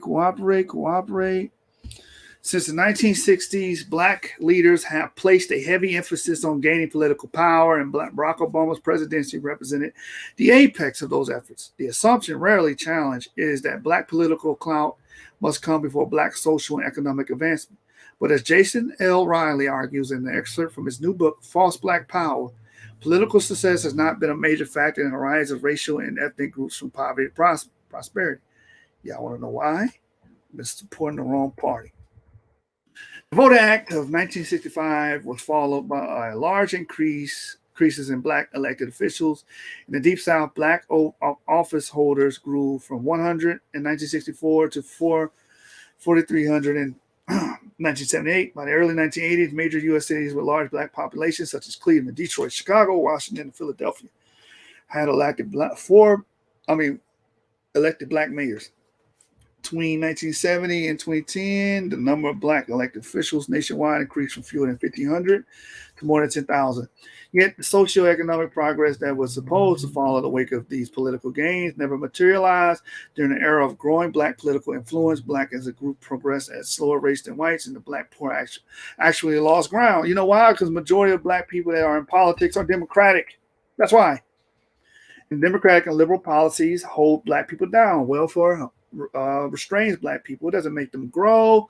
Food stamps restrains black people. It doesn't make them grow. Many of the liberal policies don't allow growth in the black community. In a 1991 book, social scientist Gary Orfield and his co-author, journalist Carol Ashkenaz, assessed the progress of blacks in the 1970s and 80s following the sharp increase in black office holders.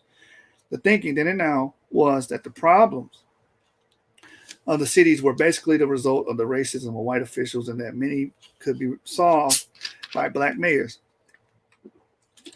School superintendents, policemen, and teachers who were displacing white ones, the expectation they added was that the black political and education leaders will be able to make a large moves toward racial equity simply by devising policies and practices reflecting their understanding of the background and needs of black people.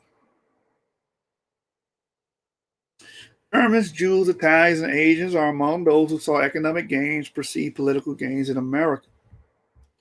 But the integration of these institutions proved to be insufficient. Many blacks have reached positions of local power, such as mayor, county commissioner, chairman, or superintendent of schools, positions undreamed of 30 years ago, they wrote. Their findings, however, show that these achievements do not necessarily produce success for blacks as a whole. The empirical evidence, they said, indicates that there may be little relationship between success of local black leaders and the opportunities of typical black families. You know why? Because most of these people are Democratic and they follow they go by a liberal playbook. And the liberal playbook has always decimated black people. It's designed to do so. So how are you going to play by a playbook that's been killing us all? So when Michael Brown was shot dead after assaulting a police officer in Ferguson, Missouri in 2014, a large fuss was made over the racial composition of the police department and any city leaders, which supposedly explained the subsequent civil unrest. A Justice Department responding to the incident noted that although the city's population was 67% black, just 4 of its police officers fit that description. 54 police officers fit that description. While a diverse police department does not guarantee a constitutional one, it is nonetheless critically important for law enforcement agencies and Ferguson Police Department, in particular, to strive broad diversity among officers and civilian staff, said Justice. But if racial diversity among law enforcement and city officials is so critical and important, what explains the riot in Baltimore the following year after black suspect there died in police custody? At the time, 63% of Baltimore residents and 40% of its police officers were black.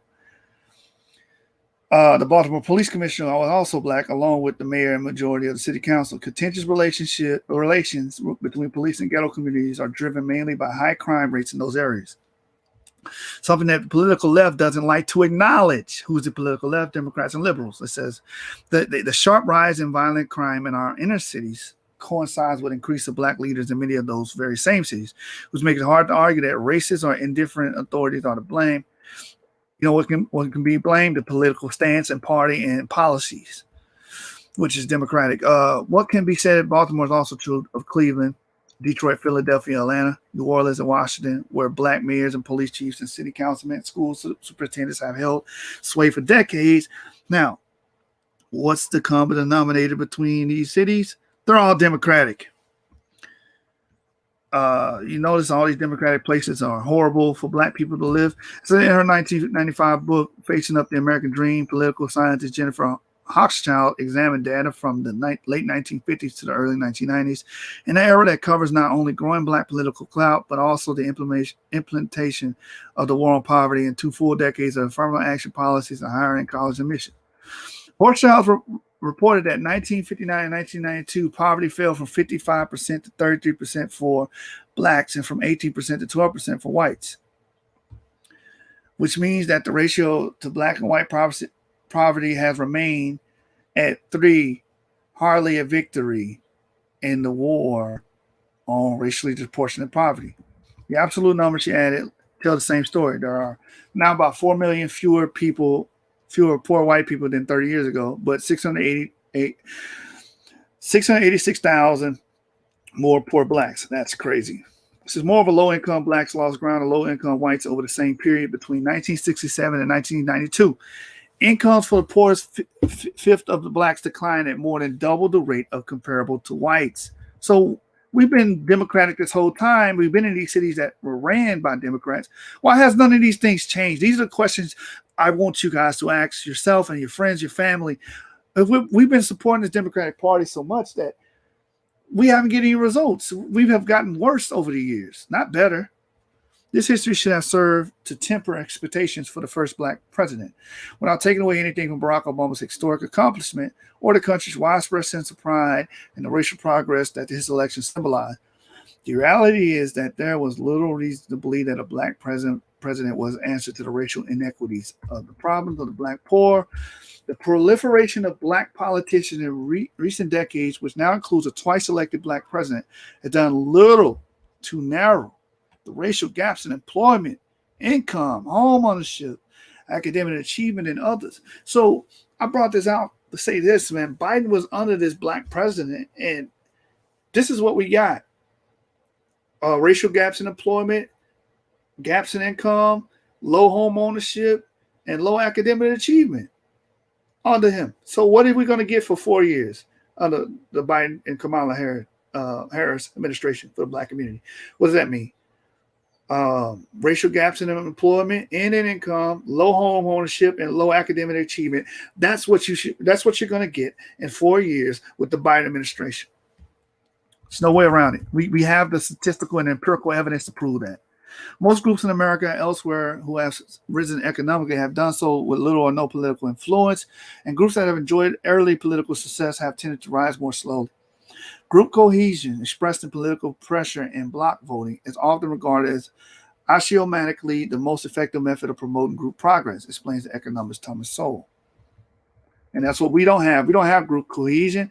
We have it towards the Democratic Party, which has historically effed us, if you know what I mean. But historically, the relationship between political success, economic success has been more nearly inverse than direct. Germans, Jews, Italians, and Asians are among those who saw economic gains precede political gains in America. Similarly, the ethnic Chinese in Southeast Asia, the English in Argentina, and Jews in Britain, among many other examples, all prospered economically while mostly shunning politics. A counterexample is the Irish, whose rise from poverty was especially slow, even though Irish-run political organizations in places like Boston, Philadelphia dominated local government. The Irish had more political success than any other ethnic group historically, according to Sowell, yet the Irish were the slowest rising of all European immigrants to America. The wealth and power of the relatively few Irish political bosses had little impact on the progress of masses of Irish Americans. Even if a group has the ability to wield political influence, they don't always choose to do so. German immigrants to the U.S. in the colonial times were not lacking in numbers. In Pennsylvania, they were 1/3 of the population, a situation that was not lost on non-Germans. Why should Pennsylvania, founded by English, become a colony of aliens who will surely become so numerous as to Germanize us instead of Anglifying them, wrote Benjamin Franklin in 1751. And this is so crazy that this was said in 1751, because this is what we're saying about illegal immigrants. Why should this country be a country of illegal immigrants where these aliens are going to come in and pretty much change the landscape of America? But, you know, the reason why they don't have this mind frame because illegal immigration disproportionately hurts blacks, not whites. So when they're not the ones taking the brunt of it, why would they support it? Why would they be against it? And that's Biden's approach to it. So, yeah, illegal immigration is going to F us. Nevertheless, Germans, many of whom arrived as indentured servants and focused initially on paying all costs of their voyage, had other priorities, and were well known avoiding politics. Germans began entering politics only after they had risen economically. Viewed against this history, many blacks were expecting Obama's presidency to deliver more prosperity than political clout tends to deliver for a group in the U.S. or anywhere else. The black experience in America is, of course, different from the Irish experience, which is different from the Chinese or German or Jewish experience. Indeed, we can't even generalize about all blacks in the U.S., since the experience of black natives is different from the experience of black immigrants from Caribbean and Africa. But that doesn't mean group cultural traits, so patterns of success or failure should be ignored. Even if we can't make a perfect apples-to-apples comparison, it doesn't mean we can't make any comparisons and draw any conclusions. Many different racial and ethnic groups have experienced various degrees of hardship in the U.S. and other groups all over the world. However, those groups have dealt with those circumstances, something to study closely and draw lessons from going forward, even if only a lesson to manage their expectations. Now, the difference is with those other groups, they didn't have a political agenda to keep them incarcerated, to keep them below the poverty line, and, you know, keep them under the government's control, like the Democratic Party has been doing since its inception. One of the clear lessons from history is that human capital has proven to be far more important than political capital and getting ahead. And the reality helps explain why blacks fared the way they did, not only in the Obama era, but also preceding decades. Obama's election was the end of the end product of civil rights strategy that prioritized political power to advance blacks. And 8 years later, we once learned the limitations of this strategy. So if Obama couldn't do it and Biden was up to him, what are y'all expecting anything different? I told you exactly what you're going to get from Biden. I told you exactly what you're going to get. Income disparities. Income disparity. My sister just texted me about Biden. Income disparities is what we're going to get from Biden.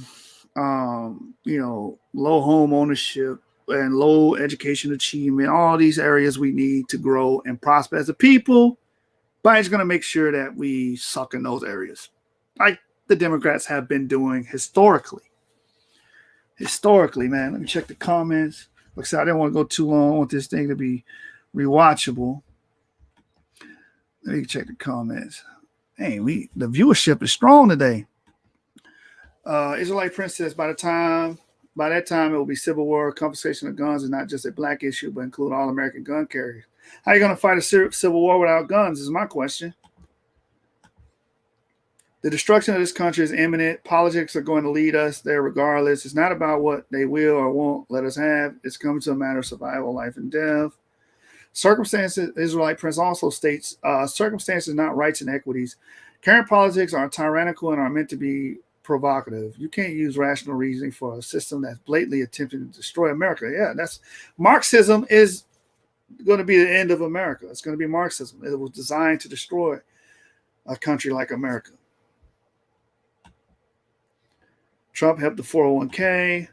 Women like Paula White should not be qualified to minister. That's funny. Yep. So for everybody to just tune in, Biden did win, and I'm just laying the groundwork on what to expect on a Biden-Kamala administration. She's not going to help black people specifically. She's going to help East Indians specifically, and have exclusive policy for them. But she can't help black Americans. So that's it, man. What should I leave you brothers with? Let me leave you with PragerU.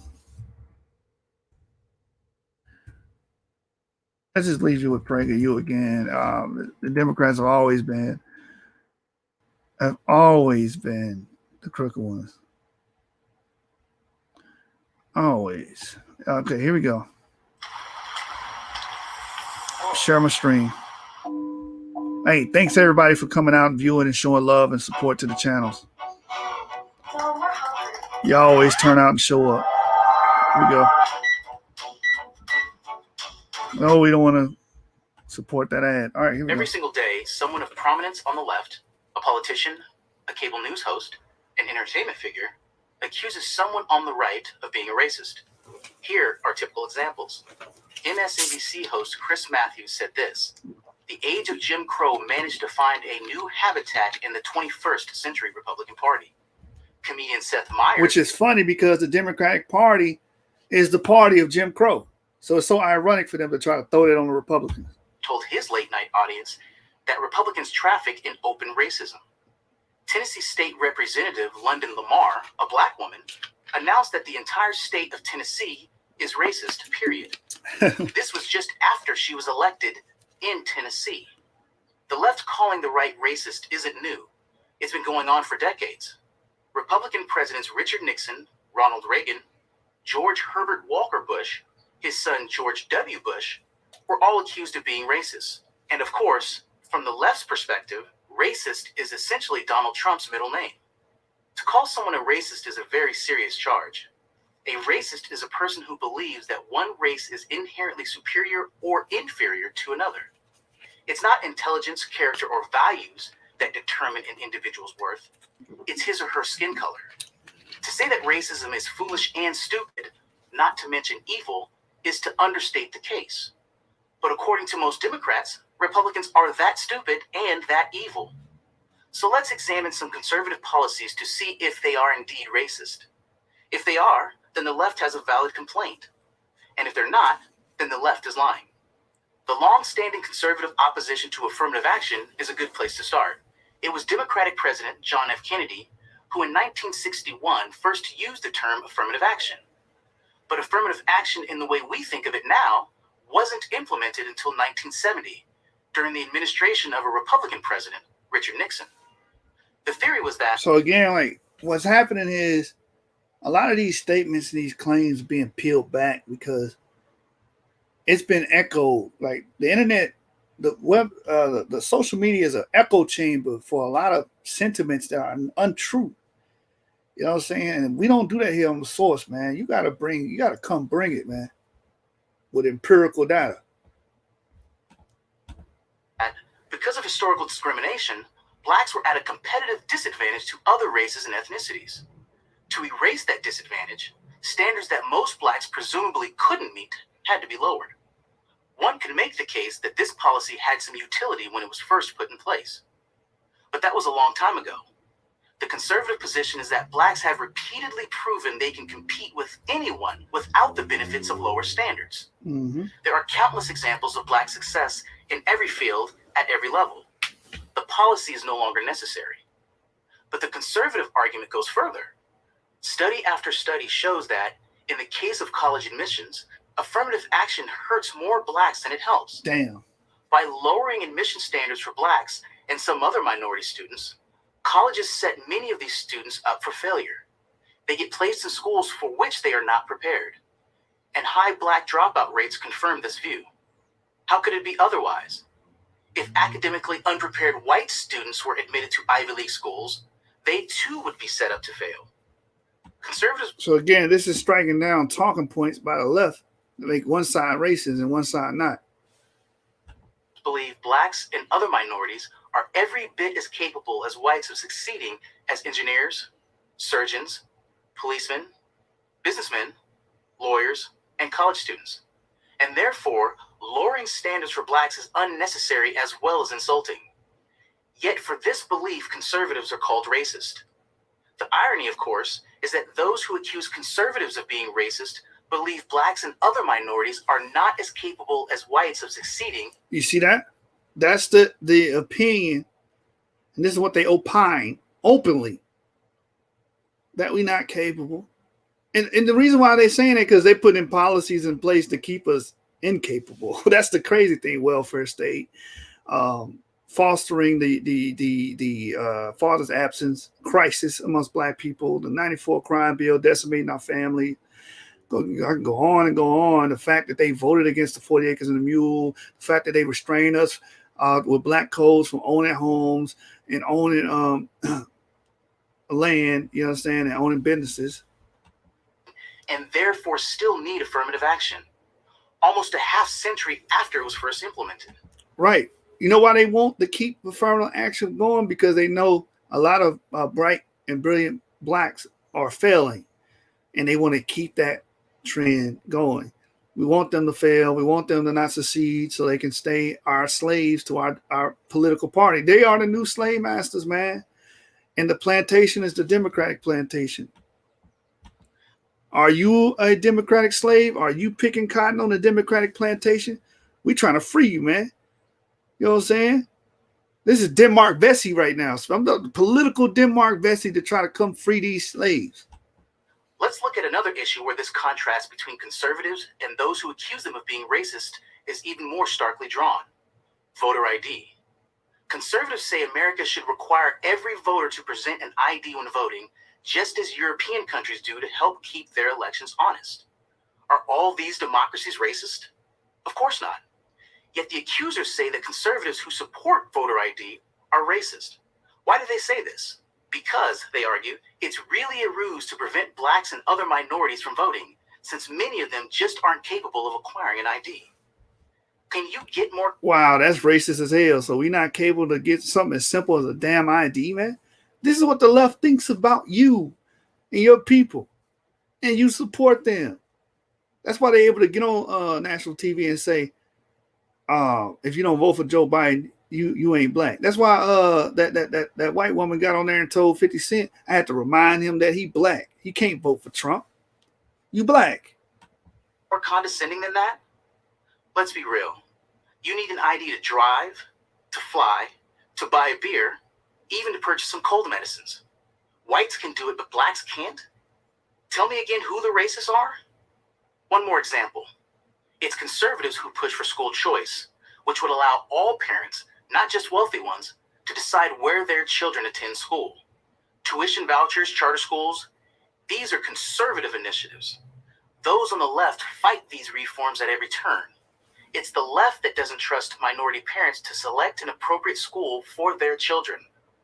Why aren't the people who keep black children in failing schools the racists? Right, that's real racism. That's real racism. You purposely making our people fail, purposely making situations and scenarios to keep us at the bottom, to make sure we have no economic or educational might, that we don't succeed in these areas.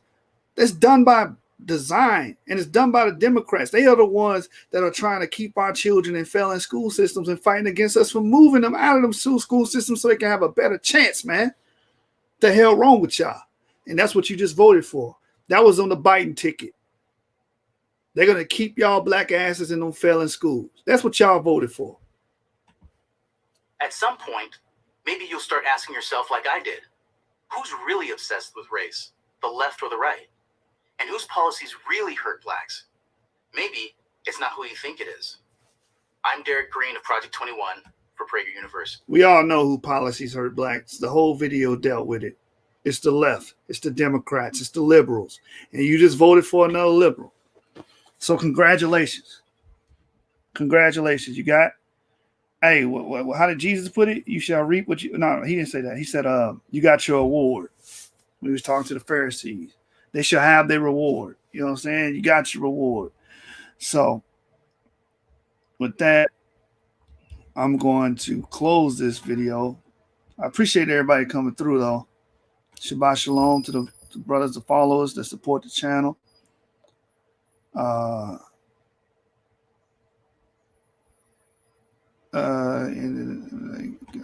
what do these people talk about? Yeah, lackluster teachers don't help our kids, man. Yep. All right, man, I'm going to end it, man. Democrats crooked, man. Why would you even trust them? We've seen what they did with the election. There's video footage of them filling out ballots. And they have a long history of being crooked. And that's why I want to base this video on. And this election proved to be more of the same with them. And you're going to get more of the same with a Democratic presidential nominee. It's just never going to change because their policy is about keeping our people on the bottom economically, educationally, and politically. That I'm going to say shalom. I'm out. Signing out, man. GOP gang.